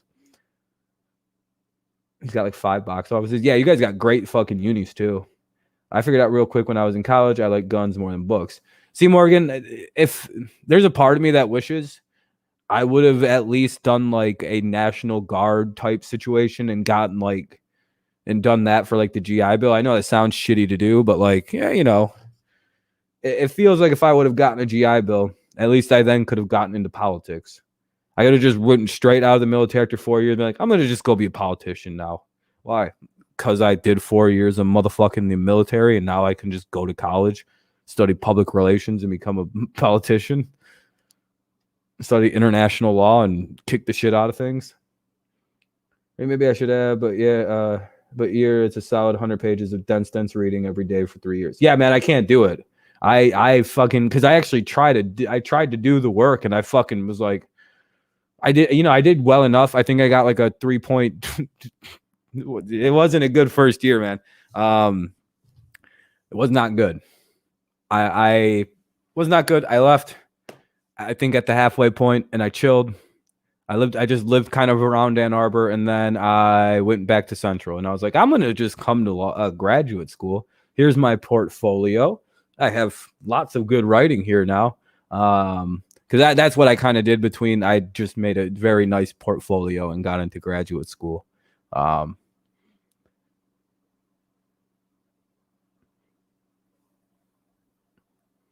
Yeah, I don't think I did terrible. I don't think I did good though, man. It was the level of effort that I had to put through. Like it was a little too much. It was just I don't have that work ethic. Like it's as bad as that may seem. That is a level of dedication that maybe if I did Adderall, I'd be able to do it. You know, like if I took Adderalls but I can't even like handle more than, I can't drink energy drinks or else I get fucked up from. Like I'm talking like I get wired up. I get really going. Like you see how pop hits me when I'm drinking soda. I can stream for hours. It seems. I can't do shit like that because I'm a very what's the word, high strung. I have a lot of natural energy, which is why I don't think anyone really, like with the pills and everything, like when I have fun and like fuck around and like every few months we have a little bit of a fun stream. I take a couple Xanax. I can't imagine anybody thinks I take those every day with the kind of vitriol I come on with every day. Like every day, like I stream almost every single day, and it's like you can tell when someone has a Xanax addiction. They can't. Fluent speaking for multiple days in a row wouldn't be able to happen. Most of my streams would look like they do that day after, I believe, last Wednesday or Thursday, where it's like very awkward. My eyes kind of are like, I'm struggling to speak clearly. There's no bass to my voice. There is a very clear indication on if I was partying the night before. I don't look clean. My voice is very, very not good. I have no energy to fight with anybody. I don't know. Just a lot of weird false narratives about me. Yeah, and it's funny. I enjoy doing those streams because it's funny for me to go rewatch those. And I'm glad people enjoy them. I just hate when people take those, create false fucking narratives about what's going on. It annoys me to no end because it's like I'm very open about what I do, and I don't like being called a liar. I don't lie about that kind of stuff. I've always been very open about the drugs I do. Like, no, if I was doing them, I probably, I'm very clearly not an addict because I took 2 of them, maybe 3. I don't remember. I did black out, and I black out on 1.5.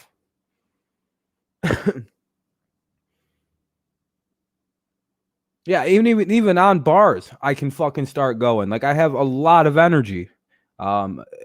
If I was to take an upper, I feel like I'd explode. I wouldn't even be able to physically handle myself on uppers. That would be I'd die. I'd literally probably just have a heart explosion. It would just be like, what's up, Flim? It was probably very specific people that I don't like. And yeah, I wouldn't recommend doing them. They're terrible things to take, but I don't drink alcohol, so everybody do their own thing. Yeah, no, I can't do those things very often, by the way. I don't have the ability to do those. I also wouldn't be wearing a splint if I was a Xanax addict, by the way, because I probably wouldn't have gotten so fucked up I slipped and fall on the ice. when there was probably no goddamn ice on the ground. I know the way I walk to the store, it's all grass and shit. I don't know how the fuck I hurt myself. There's no way I punched anything. I don't even know what I did. So I feel like I'll just put it this way. If you drink 4 times a month, you do drugs more than I do. The Lions won the Stafford trade. If the Rams don't win a Super Bowl, it's because I don't consider weed a drug. It's not. It's a medicine. So that's fuck. I don't care about that. But alcohol is a drug. It is classified as a drug. You were prescribed Adderall. I can't do uppers because they make me watch flies literally flying around the room like I was in the movie Wanted. Yeah, I the episode of The Simpsons. I actually respond very. I took Adderall one time in college before. This is how I found out it was a very bad mistake. I stayed up probably like nothing crazy, like 41 straight hours. But I like literally researched about like chemtrails and all kinds of crazy conspiracies. And I started believing in like the fucking like QAnon and shit. It was like weird pre-QAnon conspiracies. Like all of the rich people are eating babies and shit. I started believing in like some crazy shit for that 40 hours. It was complete lunacy. So I don't think I'm supposed to fuck with anything that makes you up like uppers. Either that or I'm very ADHD, and that was me just focusing for the first time. Cam is all right. You like Aaron? Oh, Aaron Rodgers.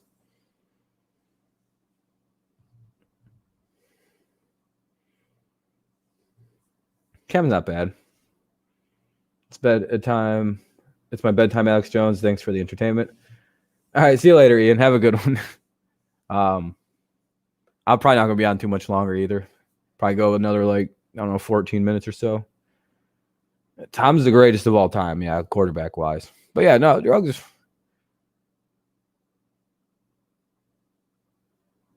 I wish they would invite me into the club. I would join the Freemasons. Trust me. If they came up to me and was like, "Hey, Rob, would you like to be?" Oh yeah, let me in, baby. Do you guys accept Jews amongst your ranks? And then I wouldn't be allowed in. That's the reason I'll never get. I don't think they let Jews in. My mom went through the show to be awkward because I have the Google weird shit. Oh yeah, that would. Yeah, I wouldn't let my parents in. My parents knew how to use all the technology too, even back then, but they just didn't. They probably had like all this weird tracking shit on all my computers, though. I would imagine. My parents are really technically like with it, if that makes sense. They're not like boom. My dad's like almost 80, and he's not a boomer with tech. It's very strange. He's better than most people I know. It's kind of like this weird like. I don't know. Some boomer, like some really old motherfuckers are good with the tech. I don't know what it is. He like buys shit like as soon as it comes out. He has a like an Oculus. He doesn't use it. He just thinks that they're fucking cool. My mom plays on it, or she did before she got sick again. I have to vote for you to join, but anyone can be a lodge, and it doesn't matter about religion as long as you believe a higher power to be. Oh, I don't believe in a higher power. I don't. I'm the higher power. What the monkeys do for fun? Yeah, you don't want to know what monkeys do for fun. They fuck each other. That's what monkeys do for fun. They butt fuck other monkeys. Yeah, you don't want to search that. They throw poo poo at each other and they fuck each other and they pick bugs off each other. They're a very boring fucking group of hilarious like monsters when they're together. Monkeys are funny. I think it's very people like. If you put two monkeys together, they're gonna have sex or they're gonna throw shit at each other. Basically what you put two retardeds next to each other or two mentally handicaps next to each other. Yeah, that's basically what they do. They throw doo-doo at each other or they try to figure out how to fuck. It'd be funny, but frightening. Or they'd pick bugs off each other. About an hour, 50 minutes. You can tell we're at the end of the stream and I got nothing to say. I actually figured out why I got kicked off of Twitch for 7 days. Some people were saying some foul shit on that last stream I did. But no, I'm not banned forever on Twitch. I only got a 7-day suspension. So that's good. I'll be back on Twitch in like 2 days. The return. to the fucking one person that watch. I have like a lot. I have a decent followers on Twitch, but like this guy had a pet monkey named Monkey Boo. I wouldn't have a pet monkey. I feel like that's pretty fucked, but they seem like they'd be a cool pet as long as you don't abuse it. Yeah, I'm not a big fan of how easy it is to get in trouble on Twitch. YouTube, you basically got to start doing some crazy shit, or you got to just start spouting some wild conspiracies, and they'll shut you down. But I'm a good liberal, so they'll never get rid of me. I'm also like very pro big tech. Like I know it's not very popular. And I'm becoming more and more left as time goes on. Because I'm starting to become very disillusioned with both the modern parties, because they clearly only care about protecting rich people and the interests of the extremely wealthy. So it's kind of like, well, what the fuck? Well, I'm not rich enough to. These people don't give a fuck about me. Neither side does. They only care about the rich. And you know why conservatives only care about big tech all of a sudden? It has nothing to do with the censorship, I don't think. Because there's other platforms. Gab has its own servers, and I'm pretty sure Parler will, and if they don't already. It's not that expensive. They have billionaires funding them. You know why they're not a big fan of the fucking social media and big tech? Because it's spreading shit like socialism and making people rise up to class consciousness and realize the enemy of the people is not fucking, the guy next door. It's the fucking billionaires and like damn near trillionaires. Yeah, Trump was a peaceful president for the most part. Yeah, that's his legacy, is he was a peacetime president. He actually did very well in terms of world peace, which is hilarious to think about. That's how his legacy will actually be.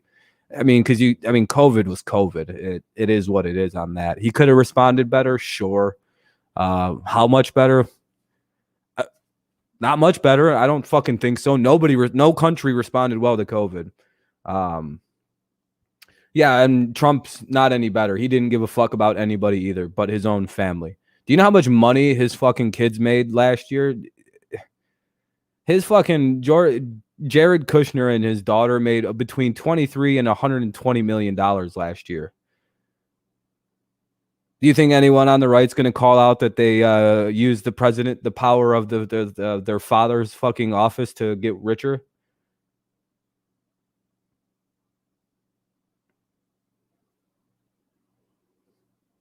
I don't give a shit if the president. That's stupid that the president got COVID. That's the dumbest shit. That's not a good thing. Who gives a fuck?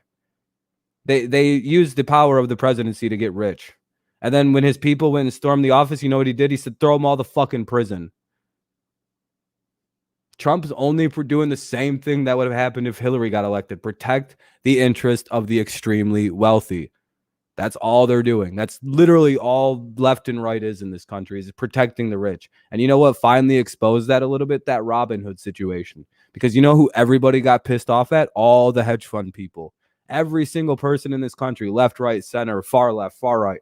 They were ready to kill motherfuckers on Wall Street.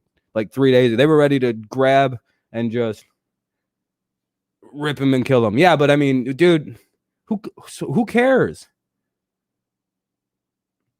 Good.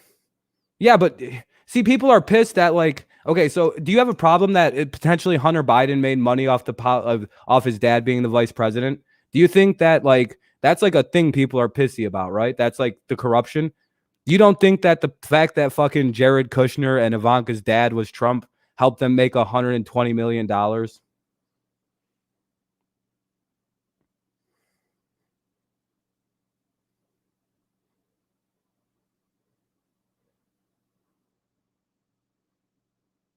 You don't think Trump's just as corrupt as fucking Biden and them are?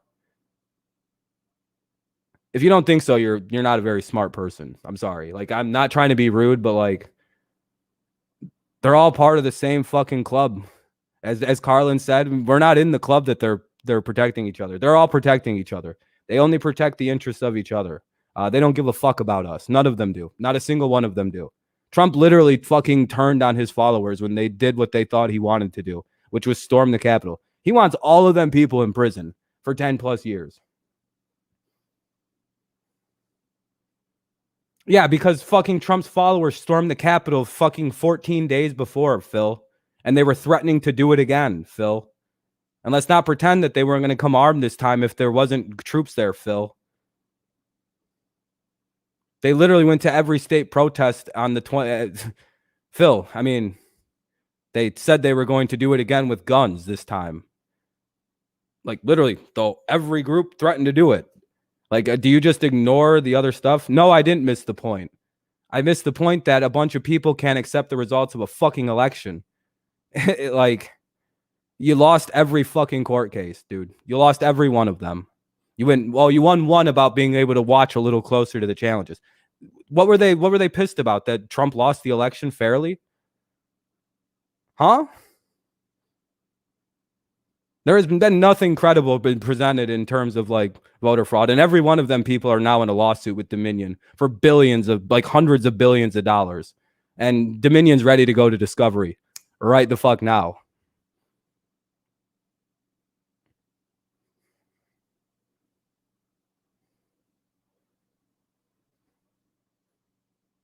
No, they do need when there is actual credible threats on the president. Yeah, you need to protect the president of the United States, Phil. Or do you think the president, if somebody threatened to, if there was armed militias that had stormed the Capitol on the 6th, in 2016, do you not think that they would have done the same kind of protections for Trump on the 20th?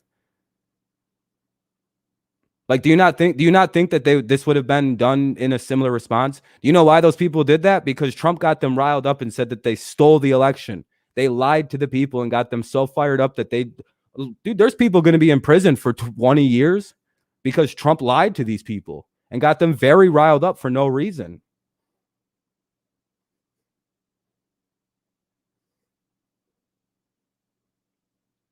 Yeah, 80 million people voted for him, but nobody respects him. You're right.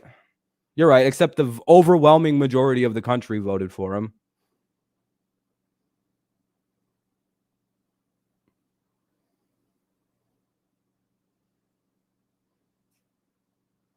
Yeah, 81 million people clearly have nobody respects him in the country. None of them people should have went. There was no fucking reason to go.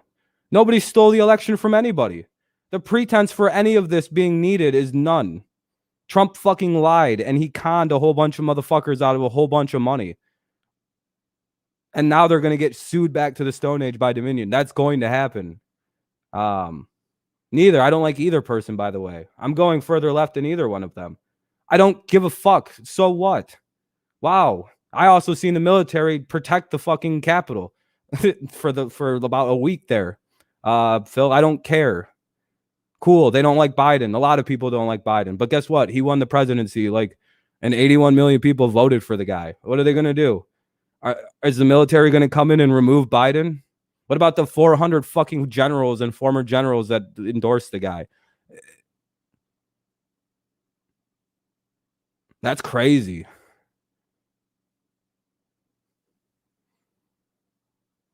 They don't care who the president. They're just there to fucking defend the Constitution. That's what the military is there for. Who gives a fuck if they respect the president? Do you think they really gave a fuck about Trump? Some rich boy who got fucking military deferments because he had bone spurs in his ankles?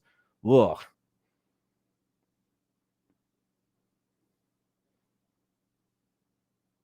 You've been calling them military and troops. They're military guys. So the fuck what? They're not Secret Service that are turning on them. Jesus, man. The stupid left-right thing. Who gives a fuck about Joe Biden, who's basically a Republican? He's the most centrist Democrat available. It's ugh. We need actual a leftist and an actual Trump to run again against an actual real leftist like Bernie, who would actually do something good for the fucking people in this country. Maybe a little bit, probably not much. He's a democratic socialist. They're good, but what? We'll see. Democratic socialism seems to be rising in America. They won 18 of the 30 elections that they ran in.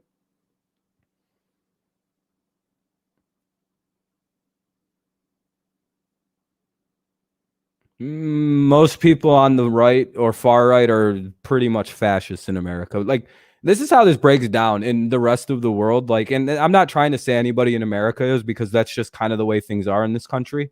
But everywhere else, the republicanism in America would be considered fascism in any other country. People on the left in this country would be fucking conservatives in the rest of the world. People who are like considered extreme leftists like AOC would be barely democratic socialists in other countries.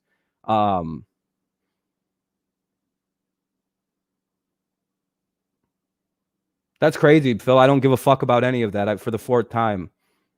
Yeah, no. Biden is not a fucking Democrat. He's not a liberal person.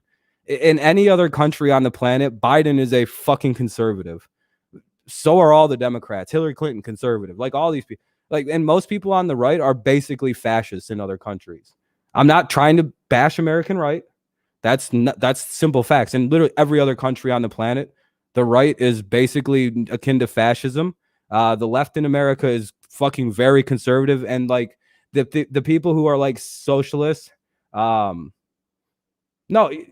yeah, I know he's a fucking labeled Democrat. Are you not listening to the words coming out of my mouth? They are only this in America only. These people don't have actual like super liberal ideologies. It's not that. Trust me. AOC is barely a democratic socialist. Barely. Bernie is barely a democratic socialist. Trust me. Bernie is probably actually the most like far left person we have in politics, and AOC is kind of there, and Ilhan Omar kind of there. But they would be liberals and just normal liberals in other countries almost. The Bilderberg, oh yeah, we're a bunch of like weirdo fucking conservative, like all those weirdo fucking politicians hang out. Yeah, that's weird. But isn't that kind of like, hasn't that just been exposed as a bunch of like rich white fucking dudes fucking each other in the woods? Any other country, he would have been slightly conservative, slightly more conservative leaning than guys. America has like weird political standards. Trust me, that I'm not trying to even shit on anybody. This is just the way the rest of the world would view it. And it's kind of confusing to other people because liberals and conservatives in other countries aren't like, I don't know.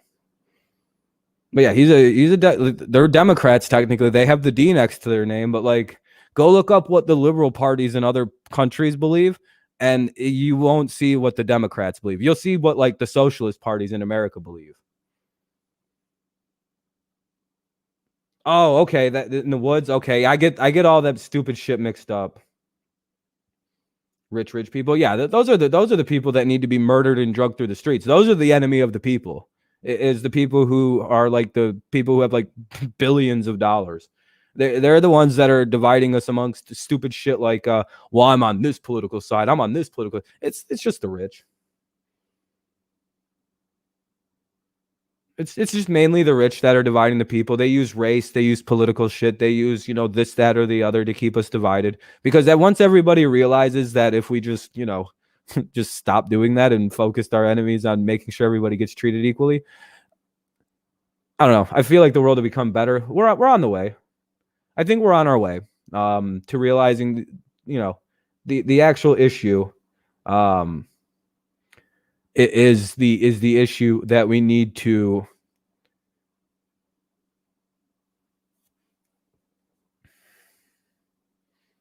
would be a port. What for? Well, I mean, is there only valuable shit in Canada and Mexico? Like, is there like, are we forgetting that, the United States provides quite a bit of food? Cookie Crisp? Oh, not the song, no. But I mean, what's the theory there? I mean, it's not even out of the. I mean, the USA would be a good port like country. Like it would be. It's got tremendous just size, sea to sea, both seas. Very good highway systems. That makes.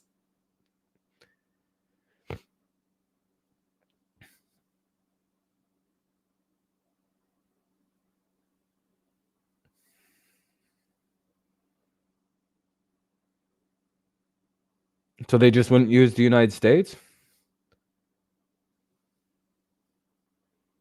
I'm just confused. Like, what does that have to do with America if it's between Mexico and Canada? If they want to build a highway system between us, that's fine. I'm sure they'd have to pay us for any kind of fucking land that they use. That's not that big a deal.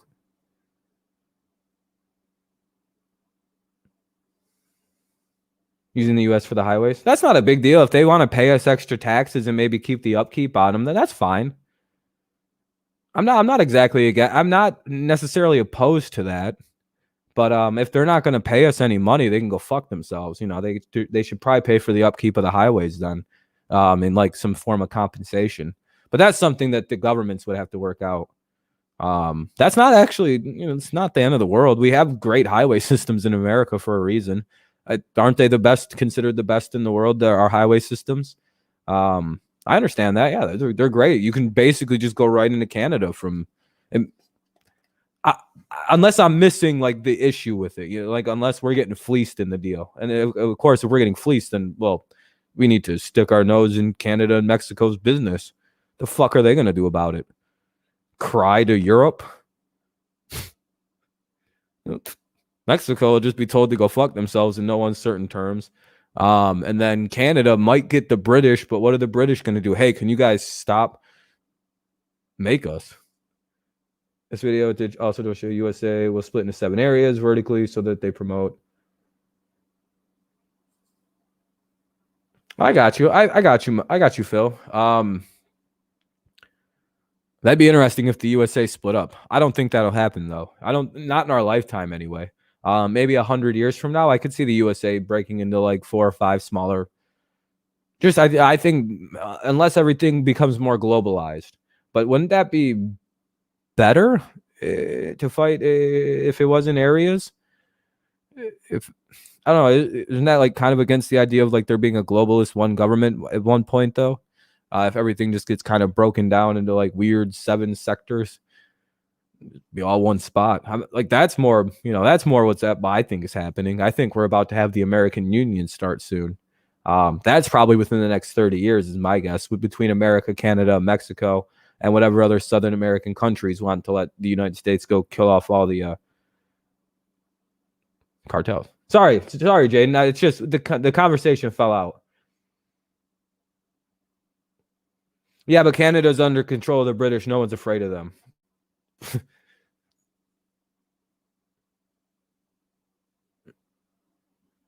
Yeah, I know that. Yeah, the Queen of England's an evil bitch. Yeah, the whole country, England, is responsible for the state of the Middle East. That's not even not even a small facts. If England didn't stick their stupid fucking British noses in the Middle East, we might actually have a peaceful Middle East right now. But the British redrew the Middle East for some reason, and they fucked that up completely. You could pretty much thank the British for the reason that we've been fighting in the Middle East for forever.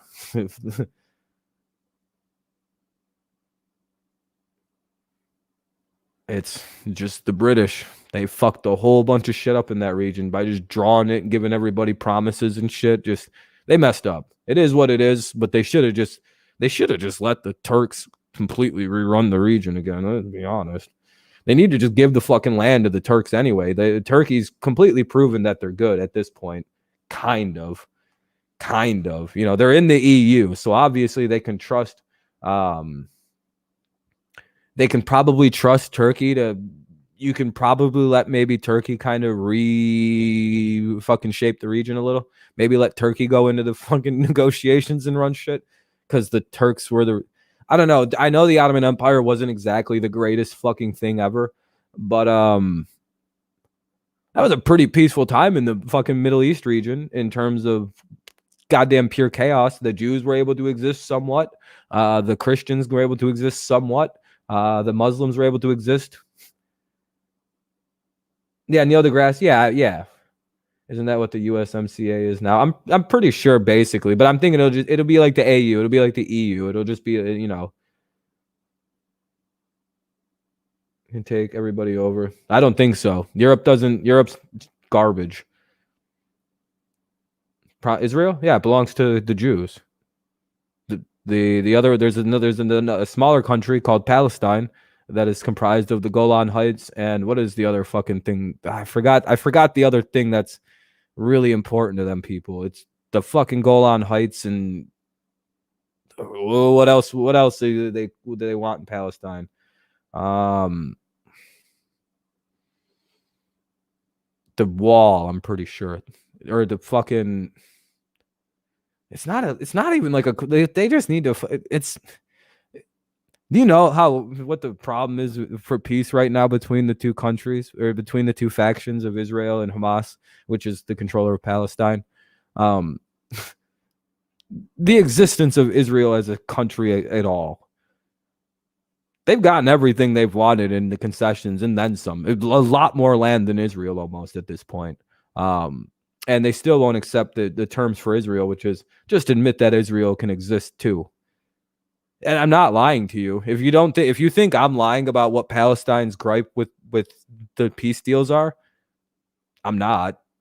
The problem is the existence of Israel itself. That's what we're doing. Like every time we give them another offer, they go, "Yeah, okay, that's a good offer, but you still exist. We can't have that."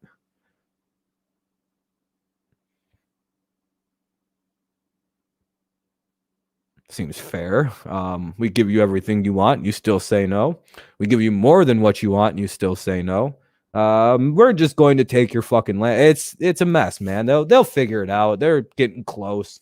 I'd imagine that conflict ends in 20 years, 30 years. Kamala Harris, Hillary Clinton's a fucking war hawk. The strip, that's what it is. It's the fucking strip. I don't know. I wish Israel doesn't want to be involved in that fucking piece of shit. They're just doing that now to be an asshole. Because the Hamas won't admit that the fucking Israelis can just exist. But like I said, all these other countries are slowly starting to make peace with Israel and accepting. You know what it is? They're just accepting that Israel is a country. And like we've seen the UAE and Israel start to thaw relations. What's up, Goat? And I'm happy. I'm very happy to see that happening.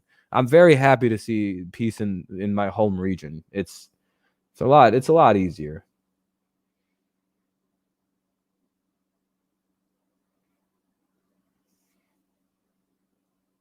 Yeah, it's dead. Yeah, you don't want to get fucking caught out there. I wasn't allowed to go anywhere near those when I was growing up. I actually never went like certain spots in Jerusalem. There's a large part of Israel I've never been to. My parents wouldn't let me go. There's just no-go zones. My parents, because I'm the way I look. I'm easy kidnap bait. No school tomorrow? Hell yeah. Like I'm 100% the kind of fucking kid that gets kidnapped because I'm extreme. I got white hair. Or well, when I was growing up, I had like very orange hair. Now it's kind of like brownish, but like an auburn color. But wow, yeah, my hair. I got bad hat hair today. But yeah. So like clearly, I looked like an American child, so I would have been kidnapped for ransoms, which would have been a bitch. So I wasn't allowed to go very many places. And I was also a lot cuter when I was a kid. I'm an ugly adult, but I was a very adorable child. Ugly adult. So, not really. I'm not that bad. You could do a lot worse. I lived there for 14 years, and then I moved to America to be with my brother. As soon as my brother got a little established, my parents were like, "Let's move you to America," and I was like, "Hell yeah!" 7 years ago today, great damn.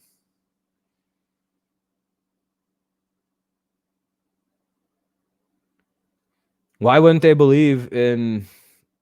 I don't want to get into BLM. That's just gonna cause a shit moment in the chat, I feel like.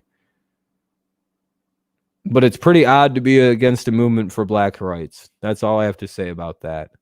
You may disagree with rioting, which a lot of people do, but as a simple movement, there is absolutely nothing wrong with it. Sometimes they use disgusting methods. That's all I'll say. You should never riot. Like you can protest things, and I'll never comment on it. But when you start rioting, it becomes fucking stupid, and you really start turning people off to anything you have to say.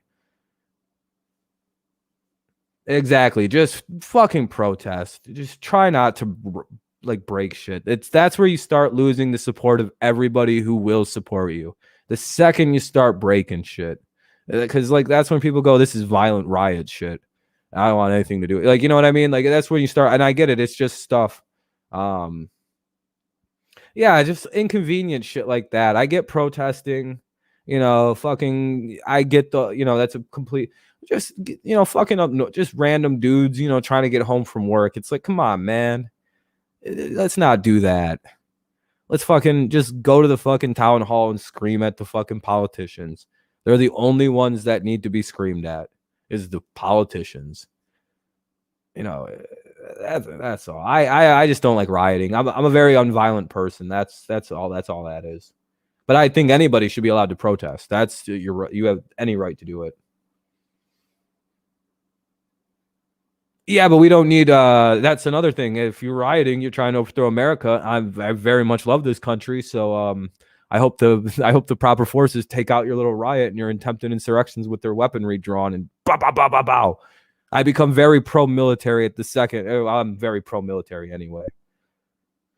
Yeah, I'm very pro-military. I know I may have said whatever about turning it back because I think the president is kind of not as taken seriously as the military as people think. I feel like they're more into like the Constitution and defending their people back home, like their families. I think that's more what drives them, less so the president. I don't think president's just the president for 4 to 8 years. It's so. Where they were trying to bully others. Yeah, but I mean, I also seen a video of people on the right rioting too. I mean, we just seen that 5 people got killed, including police officers, and a lady got shot because they fucking broke a window, which was where the fucking senators were hidden in the senators' chambers, and they tried to get in there, and she got shot in the throat for it. You know what I mean? Like that. Riots turn violent and fucking. I don't like seeing I didn't like seeing a fucking Confederate flag flown in my Capitol building. That's a traitor flag, man. That really bothered me. That bothered me as much as bullying old people. Yeah, that's all rioting bullshit. It's all violent. It's all very aggressive. It's not needed. Bullying and fucking hurting one another is not the way to get a message to the government out. It's not going to ever do anything. It's just going to make them get their fucking Gestapo out and sick them on us. So I don't know. I feel like eventually we'll eventually figure it out. Something will happen. Usually this country gets pretty united. I'm wondering if it's going to be that Robin Hood shit. Because oh boy, did them rich people get scared for a minute there. Whoo! You see how them hedge fund? You see how quick all that worked together? Whoo boy! You seen how fast that system worked? You couldn't sell anything anymore, huh? You couldn't sell GME, GameStop. Boy, that system fucking backed itself right up, didn't it? Boy, oh boy, did that system defend itself. It literally just shut everything the fuck down on that front. People were making so much. People were robbing hedge fund billionaires blind for like a minute there. And then Wall Street went, not Wall Street itself, but all them apps just went, we're out. Sorry, we're defending our corporate interests. We're defending our overlords. We're defending the interests of these billionaires who pay our money. Fuck you, people. It's this crazy it's basically people just started investing hard into GameStop to basically fucking short sell on, or how the hedge fund people are, they short sell stocks, and they were kind of just basically waiting on what was it? I don't know the specifics because I don't know stock world too well. Basically what it sounds like is GameStop wasn't doing too bad. Like they were actually paying their like current debts off and shit like that. So I think Wall Street Bets decided that they were just going to pump up GameStop and like save them. And that just made a whole shitload of fucking, and then they did it with AMC. Like it's basically, they were looking at companies that were still managing to like handle their debts despite like losing stock value very quickly because of hedge fund fuckers that were like short selling the stock and like trying to make them fail so they can make a lot of fucking money in the product. It's really dark what these hedge fund people do. They like short sell stocks. I don't know exactly. I have to look more into this, but it sounds like basically the people buy in on a failing business and then basically watch it. I don't know what they're doing, like a put options or something. I don't know what they're doing. It sounds like they do some crazy shit. You know what I mean? It's just.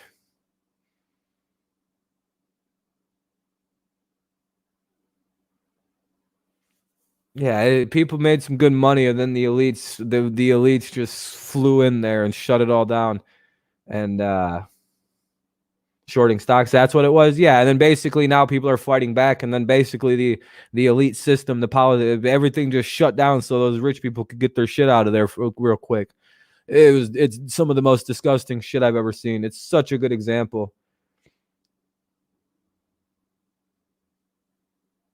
See, that's what I heard too, Phil. But they're still managing. They were still managing to like just pay their debts. They were somehow like keeping their heads just like barely floating above the water like this. Now I'm pretty sure GameStop's a Fortune 500 company. Probably like another 10 minutes or so. I'm pretty sure GameStop is now a Fortune 500 company. They went from, just kind of treading above water, trying not to fail entirely, to I believe they are now a fucking Fortune 500 company with how much money they have. The stock's almost $400. Yeah, they're going to digitals. Yeah, they're being a digital. And I've heard that they're considering like a tech situation. No, they didn't get bailed out by the government. No, not at all. No, GameStop didn't get bailed out. They got bailed out by the people. People pumped the stock up. It's almost $400 a share now. It's literally like a crazy rich stock all of a sudden. I think what they should do, and I think they're trying to figure out, they need to partner with, the company Micro Center.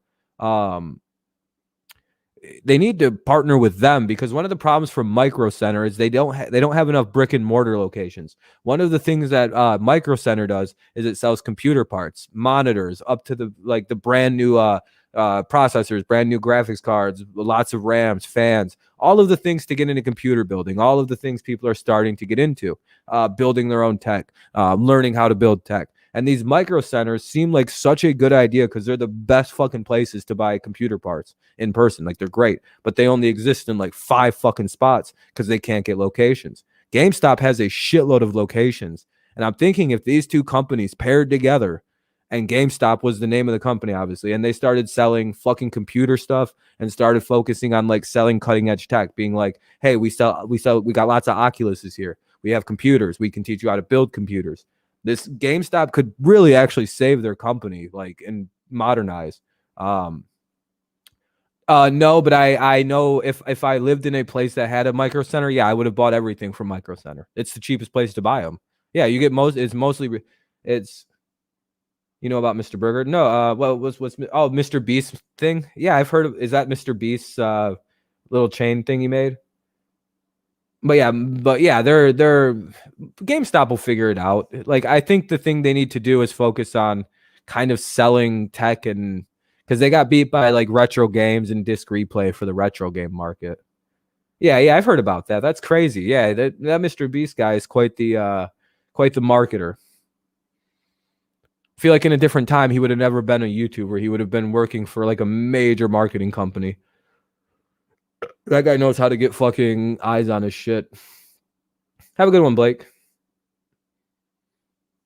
Dude is a very smart individual, at least with the ideas of marketing. Sometimes his ideas kind of are strange. He opened up over 500 locations in one day because he doesn't need a location. He uses other companies to make the food. Yeah, that's kind of what I'm getting at with Micro Center. Micro Center uses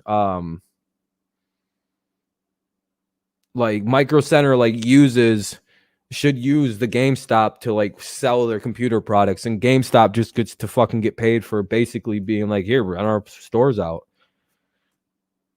The GameStop doesn't even have to do anything. Like, they could fucking buy Micro Center, and like, that would be a good purchase. That would actually be a good purchase, because computers are probably the way of the future, and they're actually getting so cheap to build. Well, I feel like that's a growing thing. Especially over the quarantine. I think a lot of people got into the idea of having a computer, like an actual desktop, because that did grow as a hobby, computer building. That really did actually kind of start to blow up. And I feel like if more people lived in a spot where you could cheaply build a computer, more people would do that, because it's actually kind of cool. That's also another thing, is I don't know if there's actually enough products in the world to keep up with doing what I'm saying. That's the problem. I don't think there's enough computer parts to do that. I don't think so. It wouldn't, God, it would take about 2-3 hours. It's very much not as difficult as you might think it is. It's essentially screwing in the motherboard, and then putting things into slots, and then making the wires look kind of nice in the back. It's very simple, man. It's building a computer sounds daunting, But it was literally it was main the thing that took the longest was me being a pussy about pushing things into the slot. I'm like, man, why won't it go in? I have to be like so gentle. And then I go, fuck it, wham, and it go right in, and then they'd be like, oh yeah, I forgot. I watched a video about this and it said, don't fucking treat it like it's glass. Yeah, be a little careful with it. But I mean, you know, it's not glass. It is fucking like very hard metal and plastic. Like most of, you know, just don't fucking punch it, you know, just be gentle, but you know, you have to use a little force. In cybersecurity, I know how to build laptops, desktop, take apart. Yeah, computers. I feel like it's a thing that sounds daunting, but once you do it once, it's literally the easiest shit in the world. Laptop would be a little harder because I haven't done it, but it seems like it would be. You just read the instructions. And there are so many videos, God, that they walk you through basically. Some people like to put the processor in and get the fan on if they have like an air fan before they put in the motherboard. Some people like to put in the RAM before they put some people do things different. I built straight out of the thing. Yeah, keep your screws separate. Use a metal screwdriver. Small suggestion. Those magnet screwdrivers, I would use those. The screen? You just buy a monitor. Nobody makes their own monitor, God. We're not TV makers. That'd be really hard to make a TV, man. If you mean how does the video come out? Graphics card. You just pop that into a PCI slot. And poof. That is the scariest fucking thing about building a computer is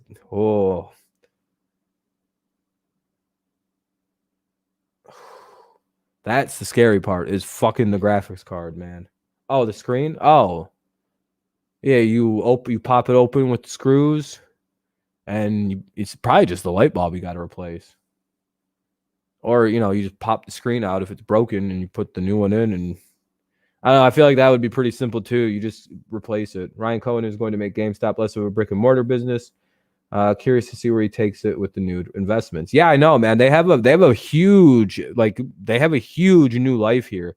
And I think everybody's rooting for him. It's like, come on, show us your fucking second life, GameStop. You can do it. You guys were doing so goddamn well without any money somehow. Has a few wires for connections, but yeah, just take it apart. Yeah, I was gonna say there's probably like a few wires there that you have to like be careful with.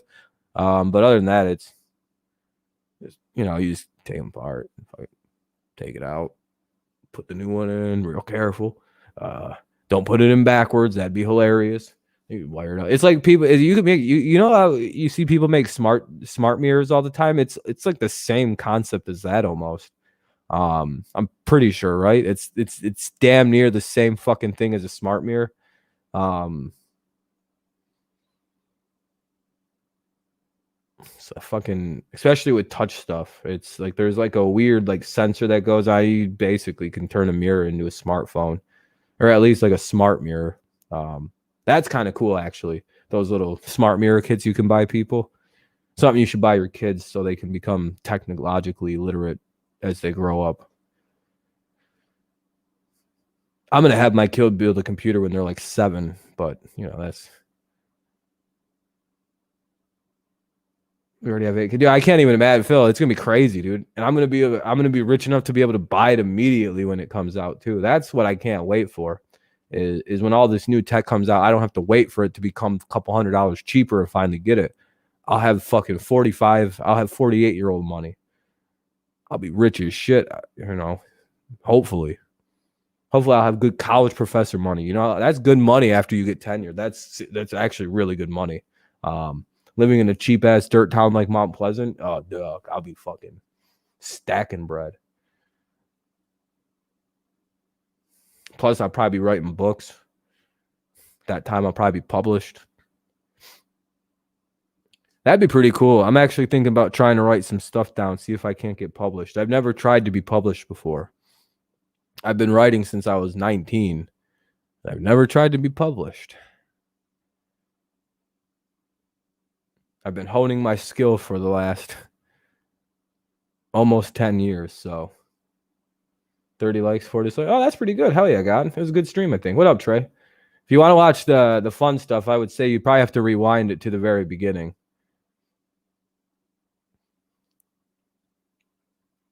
Blah. 31, that's crazy. I'm gonna go for like another like minute or two. I'll go for 5 more minutes and just go at even like 1:30. Somebody sent me a message. What is this shit? All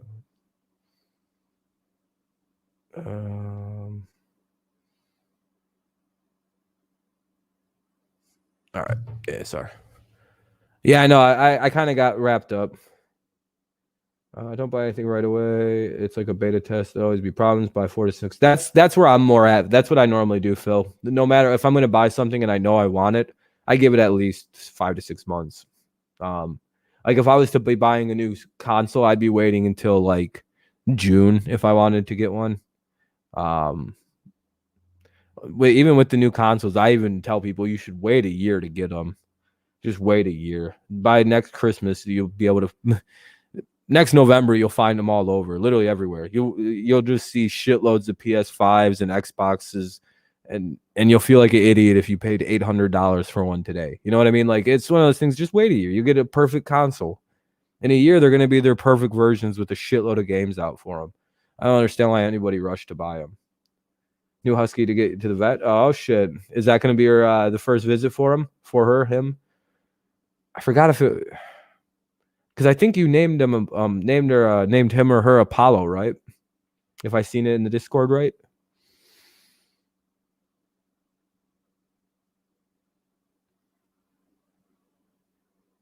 Huskies are cool. First visit, it's a she, and it's Arctic. Arctic. My bad. Arctic. That's what it was. Yeah, the white look. You're waiting for the PS5 Pro? Yeah, that's probably smarter. I'll be honest with you. Another one. It's just a way smarter idea.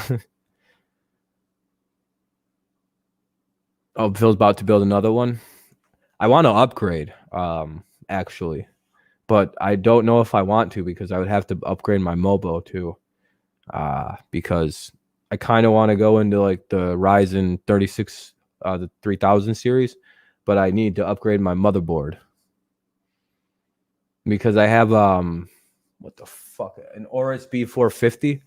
And I don't think the current I don't think Aorus B450s are the same chipset for the Ryzen 3000 series. So I'm kind of in like the shittiest position ever because I'm kind of starting to.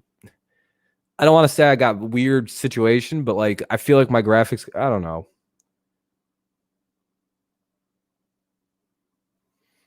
Yeah, graphics card too. But I have a 1660 Super. It's a GeForce Asus. It's from it's a good graphics card. It's the 1660 Super. So most modern motherboards can handle my graphics card because it's not like a super chunky boy. So that I'm not super worried about that, but like I do have to get a new Mobo for my fucking processor if I want to go to get a Ryzen 3000 Ryzen like 7 3600X or 3600. I prefer Ryzen. If I could afford the Threadripper, aren't Threadrippers like almost better than the i9s? And they're like $400 cheap, like they're the same price.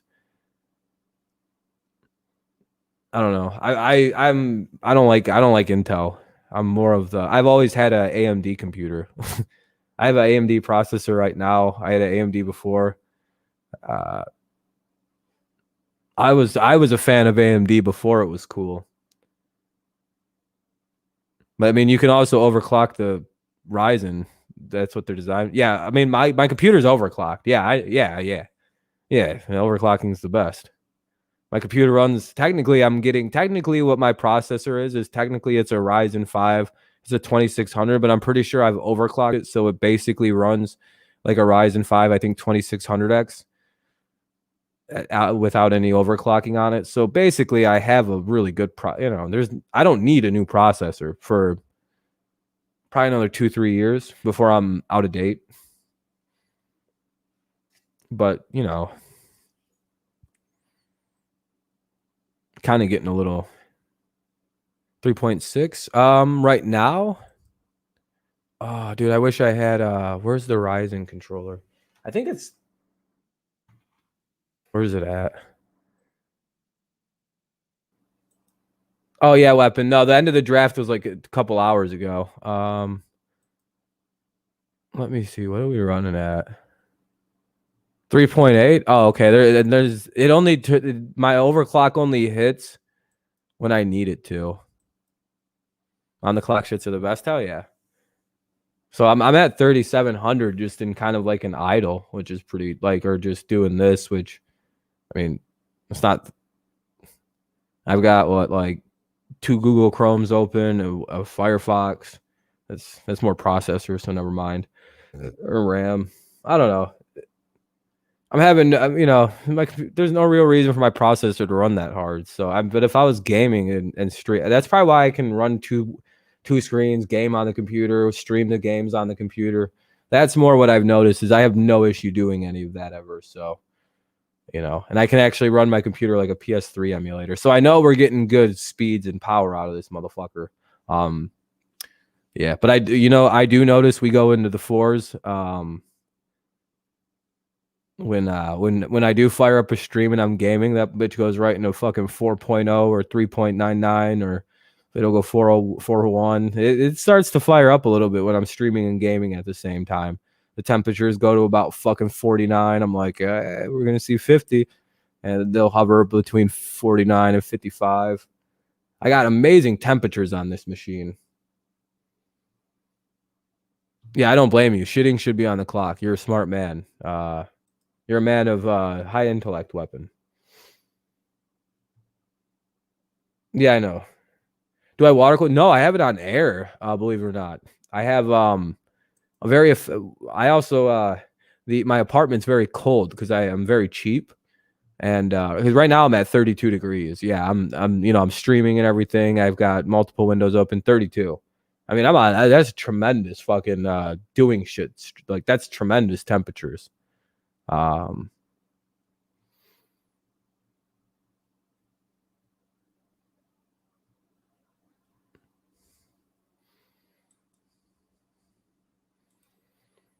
But no, I've been thinking about it, but I don't like right now. I don't need to. If I move to somewhere a little warmer, but Michigan don't really need to. And in the summer, it doesn't get much hotter. It maybe sits in the 30s to low 40s, that's not shit. It wasn't a bad mock draft, Goat Quan. It wasn't bad at all. I guess I can go through the picks really quick. Some of these are a little bit, a little out there. Just to recap here, because we're gonna start to simmer it down a little bit. Exactly, weapon. That's how I live. I just throw on. Why do you think I'm wearing all these jackets when I'm off this? I mean, I even wear my gator in the house because I figured out it makes me way warmer. That's what I see, Andy. Right? I see you guys going off at guard probably. But here's what we could just kind of this is kind of like a rough thing, and then we'll start to wrap her up. Who you had taken to? We have the Giants getting Devontae Smith. We have Beth. We not draft forever. No, I know, Phil. I was fucking around. I had you guys wind up taking who was it? Joseph Osai, edge rusher from Texas. I think that's actually who you guys wind up getting anyway, unless somebody really good falls. But we had Lawrence going 1. We couldn't get any trades working until the 12th pick, so that's why we didn't have I would have had the Bengals trade back. And maybe somebody else trade. It's a few different things might have happened. I think the Jets would have traded back and with the Falcons, or just weird trades, but it doesn't really matter. So we had Sewell going to the Jets. We had Waddle winding up with Alabama or going to the Dolphins, and we had Waddle go there because I personally think that that's a smarter pick for them. I do. I got you, Phil. I got you. But Waddle feels like the right pick for them because of the connection with Tua. But there's also Smith, but they don't really have like a bigger downfield kind of body guy, and Waddle's a little bigger, so I went with Waddle. I know it's just the connection with the quarterback. There's already chemistry there. They know each other. They're cool with each other. Like that's actually kind of important in the NFL. That does help. So I think that's probably the right move for them, or Smith, if that's who they go with. You can maybe change those two around. But I do have Fields going at 4. We have the Bengals taking the best available. offensive tackle, which is Slater because Sewell already went. If the Jets fuck around and don't, the Bengals get Sewell. We have the Lions. We felt you could flip these two picks. The Eagles get Chase, or the Lions get Chase, and or the Eagles get Parsons. Well, you can flip those around. I would say. Yeah, but the problem is Goat Quan is the issue. Yeah, yeah, Phil, I'm putting out my picks video tomorrow for the Super Bowl, and then we'll have a stream more focused on the Super Bowl as we get probably Friday or Saturday. We'll spend a couple of streams talking about it. We're probably my plan for the Super Bowl streams. It's going to be Friday. It'll be Chiefs Day, and then on Saturday it'll be Bucks Day, and then obviously Sunday it'll be the Super Bowl. We'll spend time kind of praising the accomplishments of the Chiefs on Friday, and on Saturday we'll do the Bucks. We'll point out flaws of the two teams, and then it'll be kind of a fun end to the week, I think. But the problem with Devonta, I would say, is he's a bit of a smaller receiver, and when you need to go get a physical, dominant, kind of like a bigger one,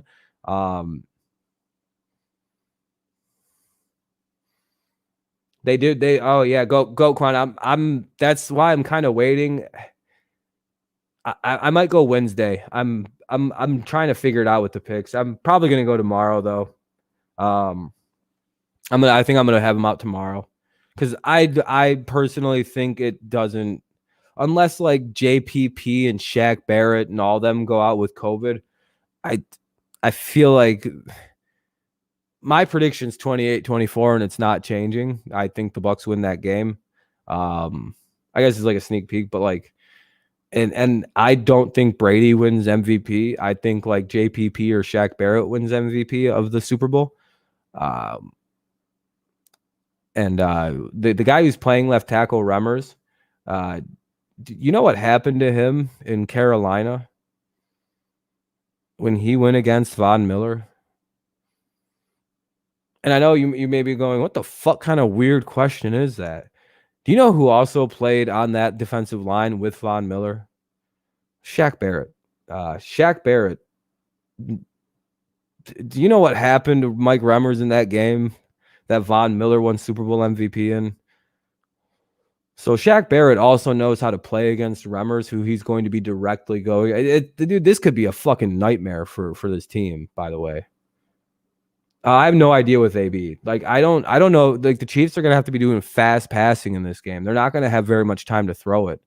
This is giving me 07, 2012 Giants vibes, by the way, because of the pass rush. Like 3 sacks. Yeah, they ate Remmers alive that game. And it was Remmers who got ate up. And guess who's the left tackle for this game? It's fucking Remmers, I'm pretty sure. Or whoever it is. It's somebody like that, and it's like, oh, no, the last time they went against one of these, Barrett was involved. Barrett was involved. I'm just saying. They know how to, or they're going to call Von up because they're very close with each other, and he's going to be like, hey, how did you fucking play him? There's connections when people talk, and the Chiefs have fucking basically... If Kilgore is ruled out for the Super Bowl because he didn't test positive, but he's a close contact to somebody. So if he tests positive, he's on the super high risk list. Kilgore's that's their only starting offensive lineman left. The rest is legit 7th rounders and undrafted free agents and shit.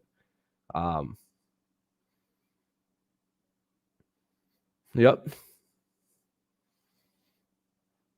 4 to 5 without Fisher. So yeah, I think you are onto something here with your protect. Dude, it's big. Without Fisher, they might actually be fucked. He was all they really had this year that was still kind of working.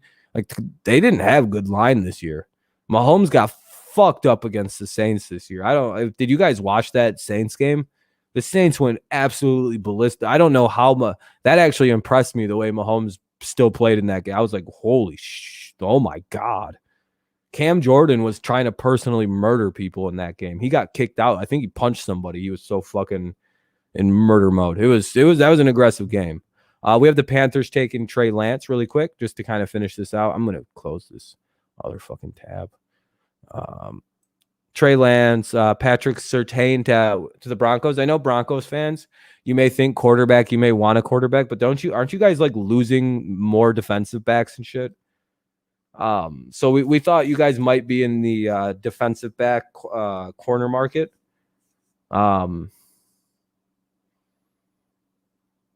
Saints got Bucks slapped in the regular season also, and somehow Bucks won. The Bucks have a very hot defense right now for some reason. Their defense is playing unreal football, and sometimes in the playoffs, that's more important than anything. Is the hot defense. The Chiefs are playing a hot defense right now too, but I think Phil, I think more of what happened to you guys. I think Josh. That's what I thought too, Quan. Yeah, it was either one. And then the other one went to Dallas next. Then we went Devonta Smith to the Giants. It was Pitts or Smith, and I think the Giants still think Ingram is going to be good, so that we went with Smith. Then we did a trade. We traded. This was a weird part of a weird triple trade. Yeah, Winfield Jr. Yeah. So we traded. Washington had the 19th pick, so we traded We traded this. We traded the 19th pick down to here. We shouldn't have did that. We did not know that pretty much the 49ers have it like set in stone that they're taking Horn if he's available at that pick. So, Horn would actually be going there. So we actually have Zach Wilson going 19 to the Washington. Then we have Darisaw going to the Chargers to protect their young star. We have Jock going to the Vikings. Pitts is still on the board, so clearly he's going to be a Patriot if that's the case. Is that likely? Probably not, but in our draft, it dropped. I don't know. I think they ran out of tight end options in the NFC. Who murdered Brady on the sidelines that they show on the hard hit? Seems like that would hurt, but Brady got up real quick. No, man, if you hit somebody right with the pads, it doesn't hurt to get drilled like that. I mean, it fucking sucks. You don't feel great. But, like, if you hit somebody pad to pad, for the most part, you're supposed to both kind of pop back up. Like, a good, clean tackle nobody should get hurt. Should be just a loud crash and you both pop up. I mean, you're a little banged. I mean, it doesn't feel good. But you shouldn't, like, nobody should get cracked and knocked unconscious. Somebody got hit wrong if somebody gets knocked unconscious. Because technically, in a good, clean hit, the Dolphins take offensive linemen. We decided that they needed that there would be this is a very deep offensive lineman class. So we decided that they would probably need to take a running back in what seems a very thin running back class. There's a lot of tackles in this draft. There's still like fucking 5 tackles on the draft board that are like top 20 like, dude, it's just like there's a lot of tackles in this draft. They needed a running back. They don't have one, like a good one. And then obviously we went JC Horn or what the hell? Okay. And then for the Bears, we went Samuel Cosme for Texas. And then we did some trading. We had hold on, how did this go? Yeah, this was the Colts pick, but we traded back the Colts to the 26 and the Browns traded up to the 21. And the Browns grab Gregory Rousseau to pair with Lawrence. Yeah, Lawrence is going 1. Yeah, if the Jags don't pick Lawrence, they're fucking stupid. For a risky. And then we had the Titans who pick at 22, trade with the Colts. And they grab Azeez Adjulari. Because we had them getting, and then Zaven Collins from Tulsa goes to the Jets, Travis Etienne to the Steelers, Christian Barrymore, even though I didn't agree with this, to the Jaguars, but we know how the Jags think. I think they've said that they want to go offensive line, like because they realize how their offensive line was why they were bad this year more than anything. The reason Nick Foles did not work as a starter was because the line was so bad. More than anything, it had nothing to. I almost think that who knows how good Mitch could be if maybe they had a real offensive line in Chicago. I didn't realize it was that fucking bad. Mitch's ability to run and like avoid getting hit actually really hides how bad their line was. But when Nick Foles started, boy, oh boy, that's like one of the worst lines in the NFL. I'm not even being like exaggeratory. That's a shitty fucking offensive. I didn't realize it was that bad. Like, I didn't realize how often Mitch is running for his life. You know, and then they started playing kind of good at the end of the year, and the fucking Bears started scoring like 40 a game. It was unreal to watch. You remember the Bears at the end of the season, they started scoring like fucking 40 a game. But so then we had going to the Ravens. We had this guy's name going, the cornerback from Syracuse, Ifitu Melinfanwu.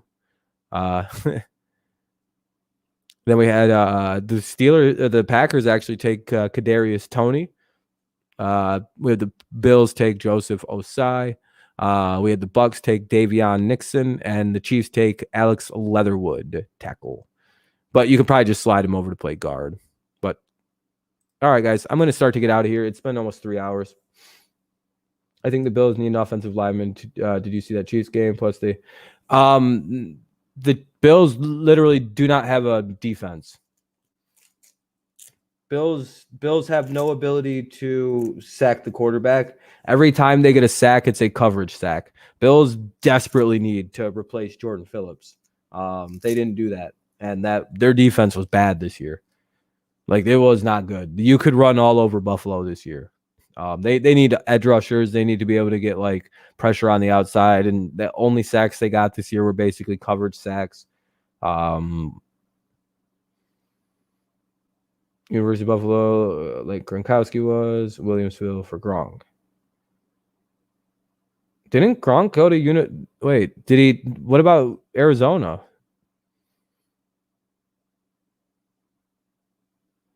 I thought Gronk went to Arizona. I thought he was a Wildcat or a Sun Devil. I don't know if it was ASU or Arizona.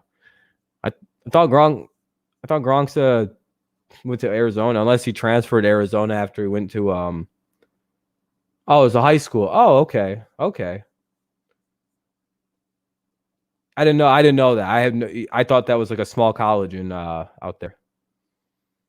Lions taking Micah Parsons is who we picked. Micah Parsons or the receiver. It's one or the other. It really depends on what they do with Kenny. If they franchise Galladay, you played him versus Amherst. Oh, that's pretty cool. Hell, did you guys win? Or no? No. You mean against that guy's team? No, we lost by a lot. He just scored like 12 touchdowns. You had Cowboys taking Micah. Yeah, it's just Micah could fall. If Micah has a really strong pro day and everything goes just right for him, I could see Micah falling, or coming in, like falling like into the top 10. Cowboys have a very unfortunate pick. That 10 spot's kind of ugly this year, unless they trade up, which they very well could. I could really see them aggressively trying to move up. We went undefeated. Okay, hell yeah. You know what? No one seems to talk about. Who's that? This will be the last thing we talk about. Saints got to get a lot of good players this offseason on defense. Saints are fucked. The Saints. They got to cut everybody worth any fucking money.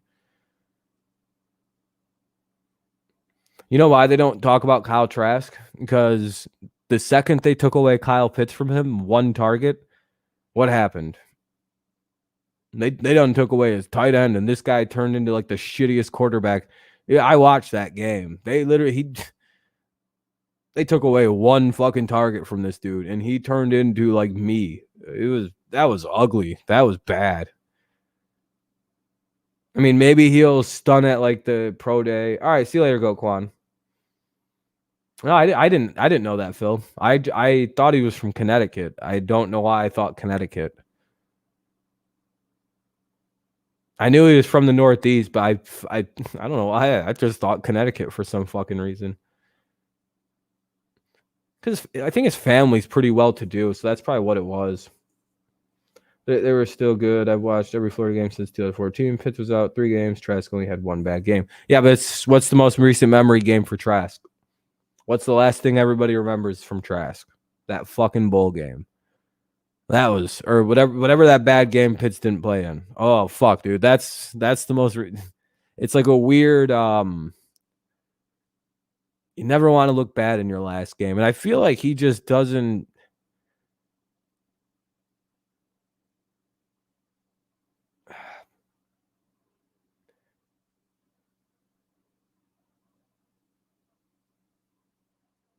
Yeah, I'm talking about the bowl game they played in, not the game against Bama. Didn't the dog?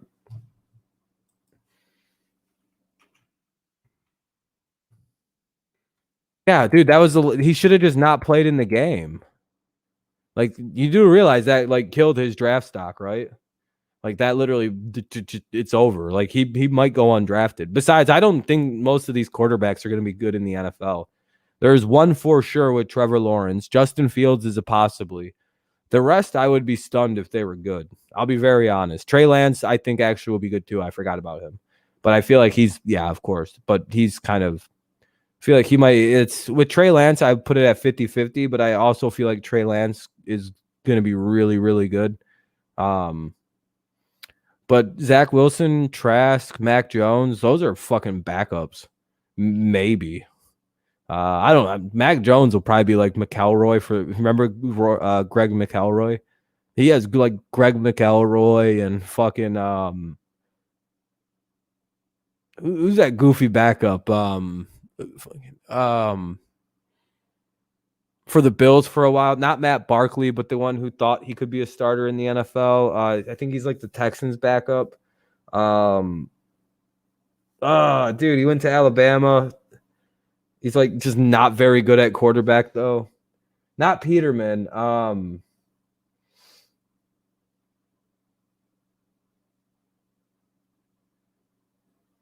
It's a good trade for both teams. I don't know. Lions clearly didn't care about the money, so it's fine.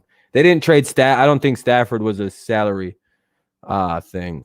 Who the fuck was it, man?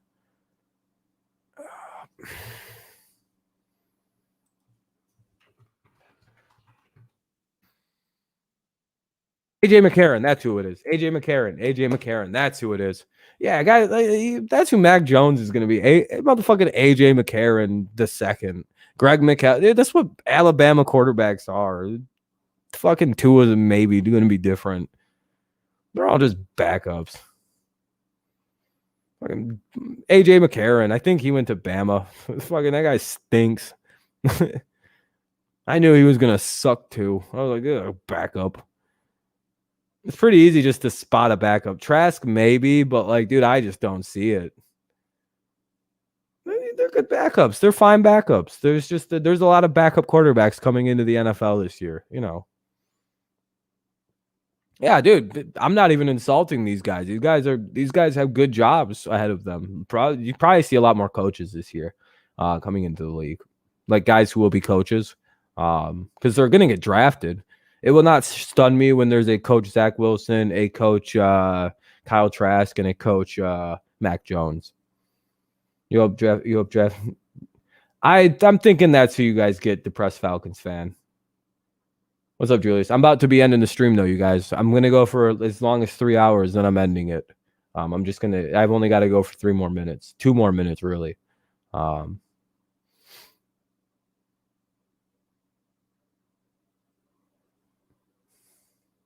And that's where I'm at too, Teo. It's like, yeah, I can see Lance being good too. He's a little bit more boomy busty. Lawrence and Fields will be pretty good. Fields, I have this weird apprehension only because of the Ohio State curse on quarterbacks. But you know, he seems, you know, Rondell Moore. I still let me look at who is that? He's another receiver. Yeah, it's gonna be hard to be he's 5'9", that's why. Oh, you know, he's a lot like Dwayne Eskridge, depressed Falcons fan. Very, very fast, undersized receivers. I also wonder, Phil, what are you guys going to do with Josh's contract? You better pray that dude signs a fucking team-friendly contract. You guys got to pay some money soon. That team ain't going to be cheap. Saying even Tooney to the Pats. Dude, I wouldn't mind it. We need receivers. I don't give a fuck. Like, if we trade back and get some maybe later picks and pick at like 23 and pick up Tooney, fucking okay. Gives us something, right? Like, dude, we need some receivers. Like, we're bad. Like, what is? I don't remember Josh having. I can look it up, but I don't. He's only been in the leagues for 3 years. I doubt you guys extended him.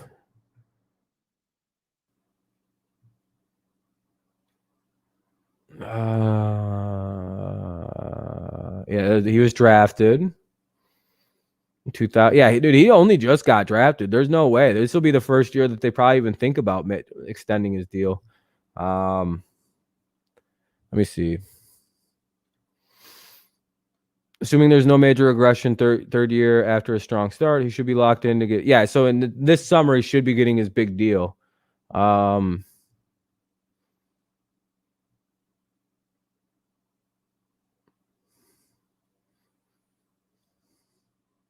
Yeah, Lamar Jackson and Josh Allen should probably be getting contracts this summer.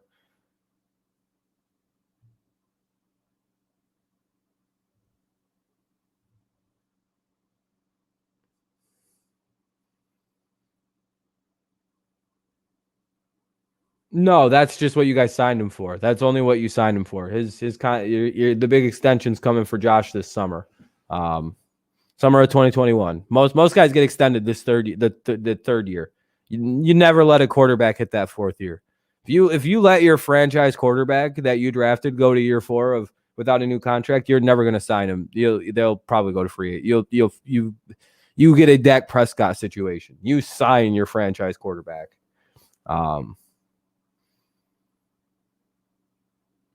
Would you say that it's Lamar Jackson's fault that team didn't make it this year, though, Tao? I mean, he didn't play that good in that playoff game, but why were they in the playoffs even in the first place? That offense around Lamar Jackson is complete garbage. I mean, Hollywood Brown's a good number 2, but that's who they've got. They quadruple team fucking Mark Andrews. Their line's all right. I don't know. I wouldn't put it on Lamar for the failures of that team. Lamar can't throw. What do you mean? He literally threw 36 touchdowns 2 years ago when they had actual people for him to throw the fucking football to. Like, he literally threw 36 touchdowns 2 years ago. Led the NFL, I'm pretty sure.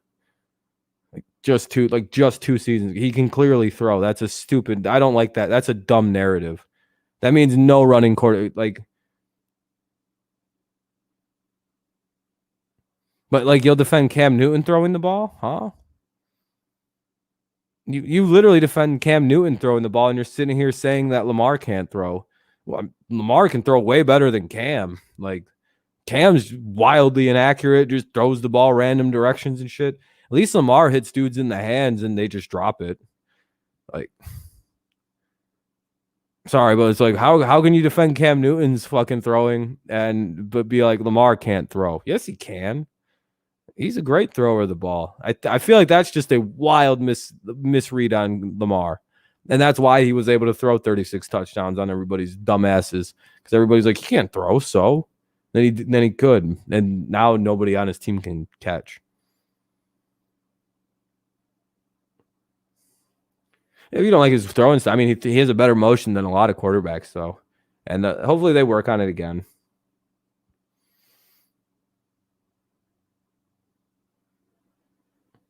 Yeah, that's every running quarterback, though. I mean, that's literally if your team can't catch, yeah, he has to. And he had to start. And when they started winning again this year, when he started running the ball, because no one can catch the fucking ball on his team. It's one of those. If you've ever listened to Lamar talk, you would understand why it's like I don't want to fucking. The dude doesn't want to be a running quarterback. If you've ever had a chance to listen to a lot, it's hard sometimes to listen to Lamar talk. I get it because he has that fucking he mumbles a lot when he talks. It's fucking really frustrating. He's just he'll start talking and then it just then he gets loud again. It's some fucking terrible mic abilities. I don't know what that is. He's deceptively very good at what that's false. He literally led the NFL in passing touchdowns last year, didn't he? 36 of them. Why are you leaving that out? You're going, well, all he did is run last year. He runs all the time except for when he led the NFL in touchdown passes.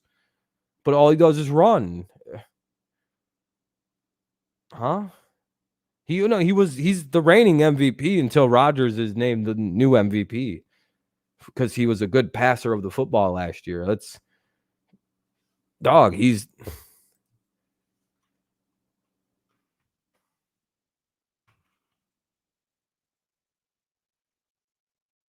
That's a shit take.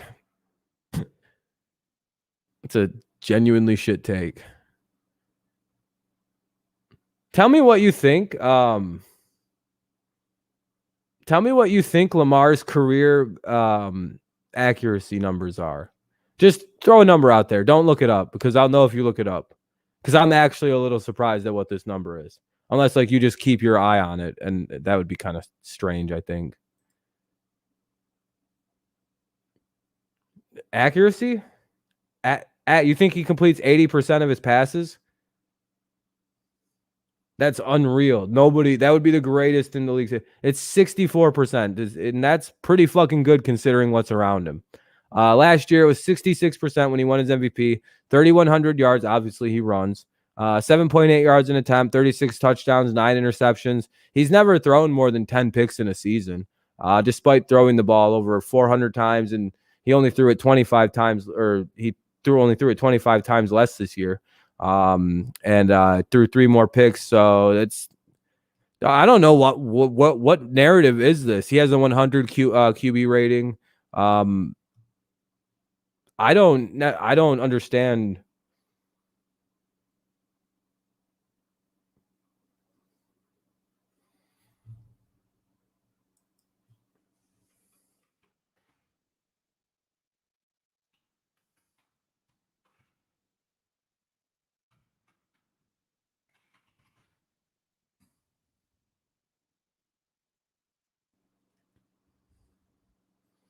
Michael Vick's career passing percentage is 56.2.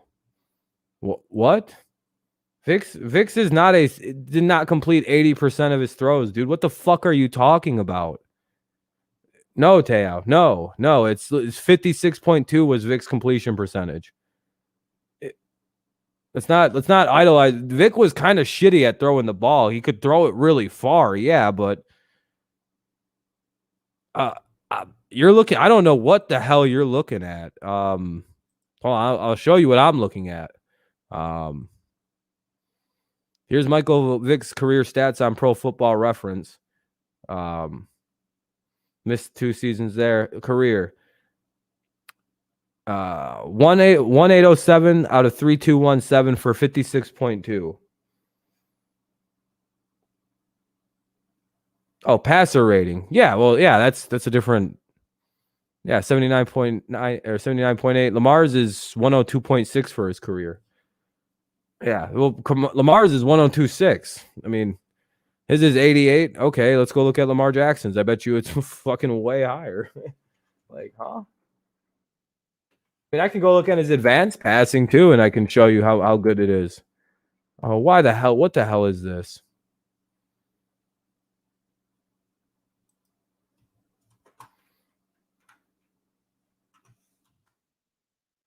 Oh, wow, there's no such thing as Lamar Jackson quarterback. You fucking retarded goddamn bullshit fucking site. Hold on. Sorry, that threw me off for a second. Let me seasons. Oh, that's annoying. Anyway. Where's the career numbers? I just had the career numbers. I don't understand this fucking site sometimes, dude. It's genuinely shitty.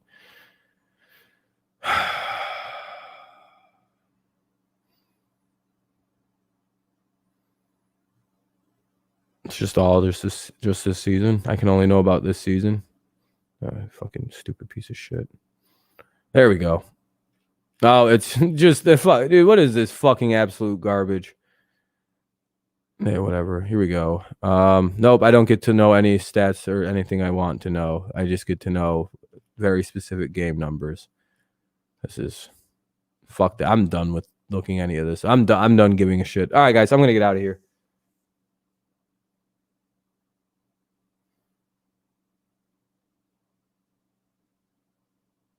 Yeah, that's literally what he's done the last 2 off seasons. You're saying things like you think like Lamar doesn't know. Like I said, go listen to Lamar give interviews. All he does is work on his passing. He says by about year 5 or 6, he's not going to be a running quarterback anymore. He doesn't want to like be a run first run quarterback. He says it's a nice thing to have, but Lamar himself says he sees himself being more like he wants to be more like Brady and be a pocket passing quarterback.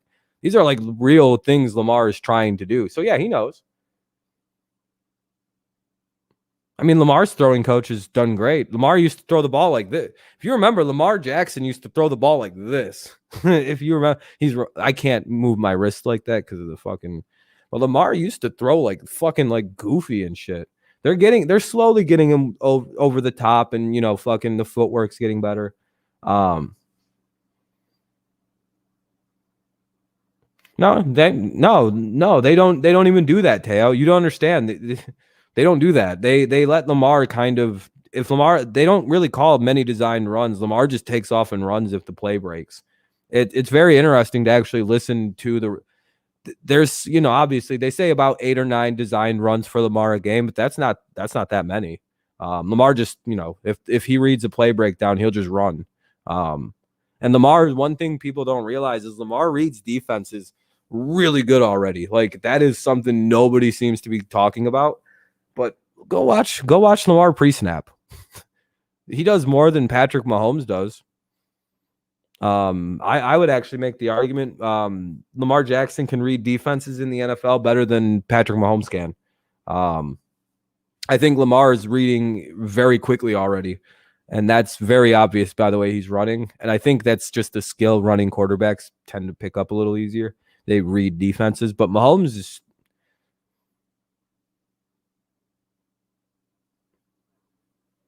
And yeah, I don't even believe he can read them yet still. He still fucks up. He still misreads defenses and shit, like very bad.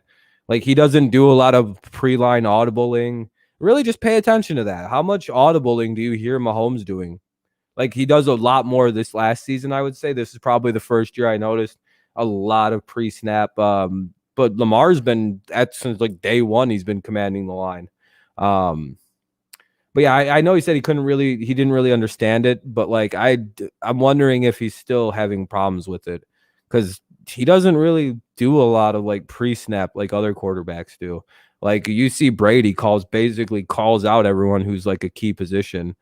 We don't really see that from Lamar or Mahomes quite yet. He's getting there. It takes some guys different times. We have to remember that Mahomes is still a baby in this league. He's only in his 4th year. So I'm not saying anything these guys wouldn't say about themselves that they struggle with these. I mean, they're young quarterbacks. It's to me, the most amazing thing is Lamar went from like an absolute garbage thrower to actually being pretty good at throwing the ball. But obviously there's room for improvement. But his shit was so bad when he came into the league. It's like, well, what does his actual skill look like? We still haven't actually seen him with a real perfect throwing motion. And it went from complete dookie throws to those are actually pretty good goddamn throws. So I'm hoping another good offseason for him. It really does quite the trick. I'm taking this shit off. Ooh.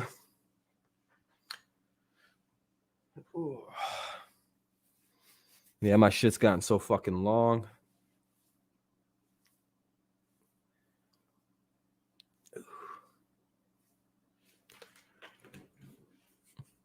But all right, everybody. I'm going to get out of here. It's been 3 hours and almost 15 minutes. So you got a way longer stream than I intended on doing. So, all right, guys. I hope you enjoyed it. We'll be live again tomorrow. I don't know what I'm going to be doing, but we'll do something.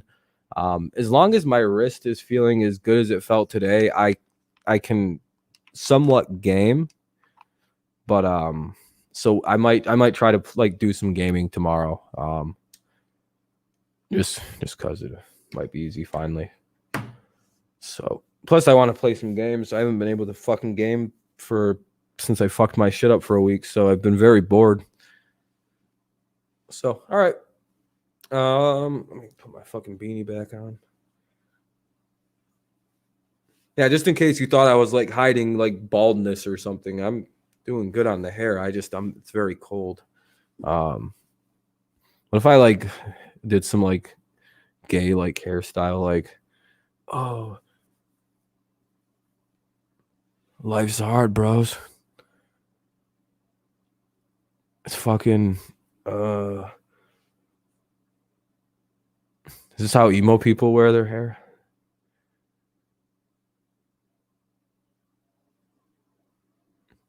Welcome to my stream. We talk about death here. Life is pain.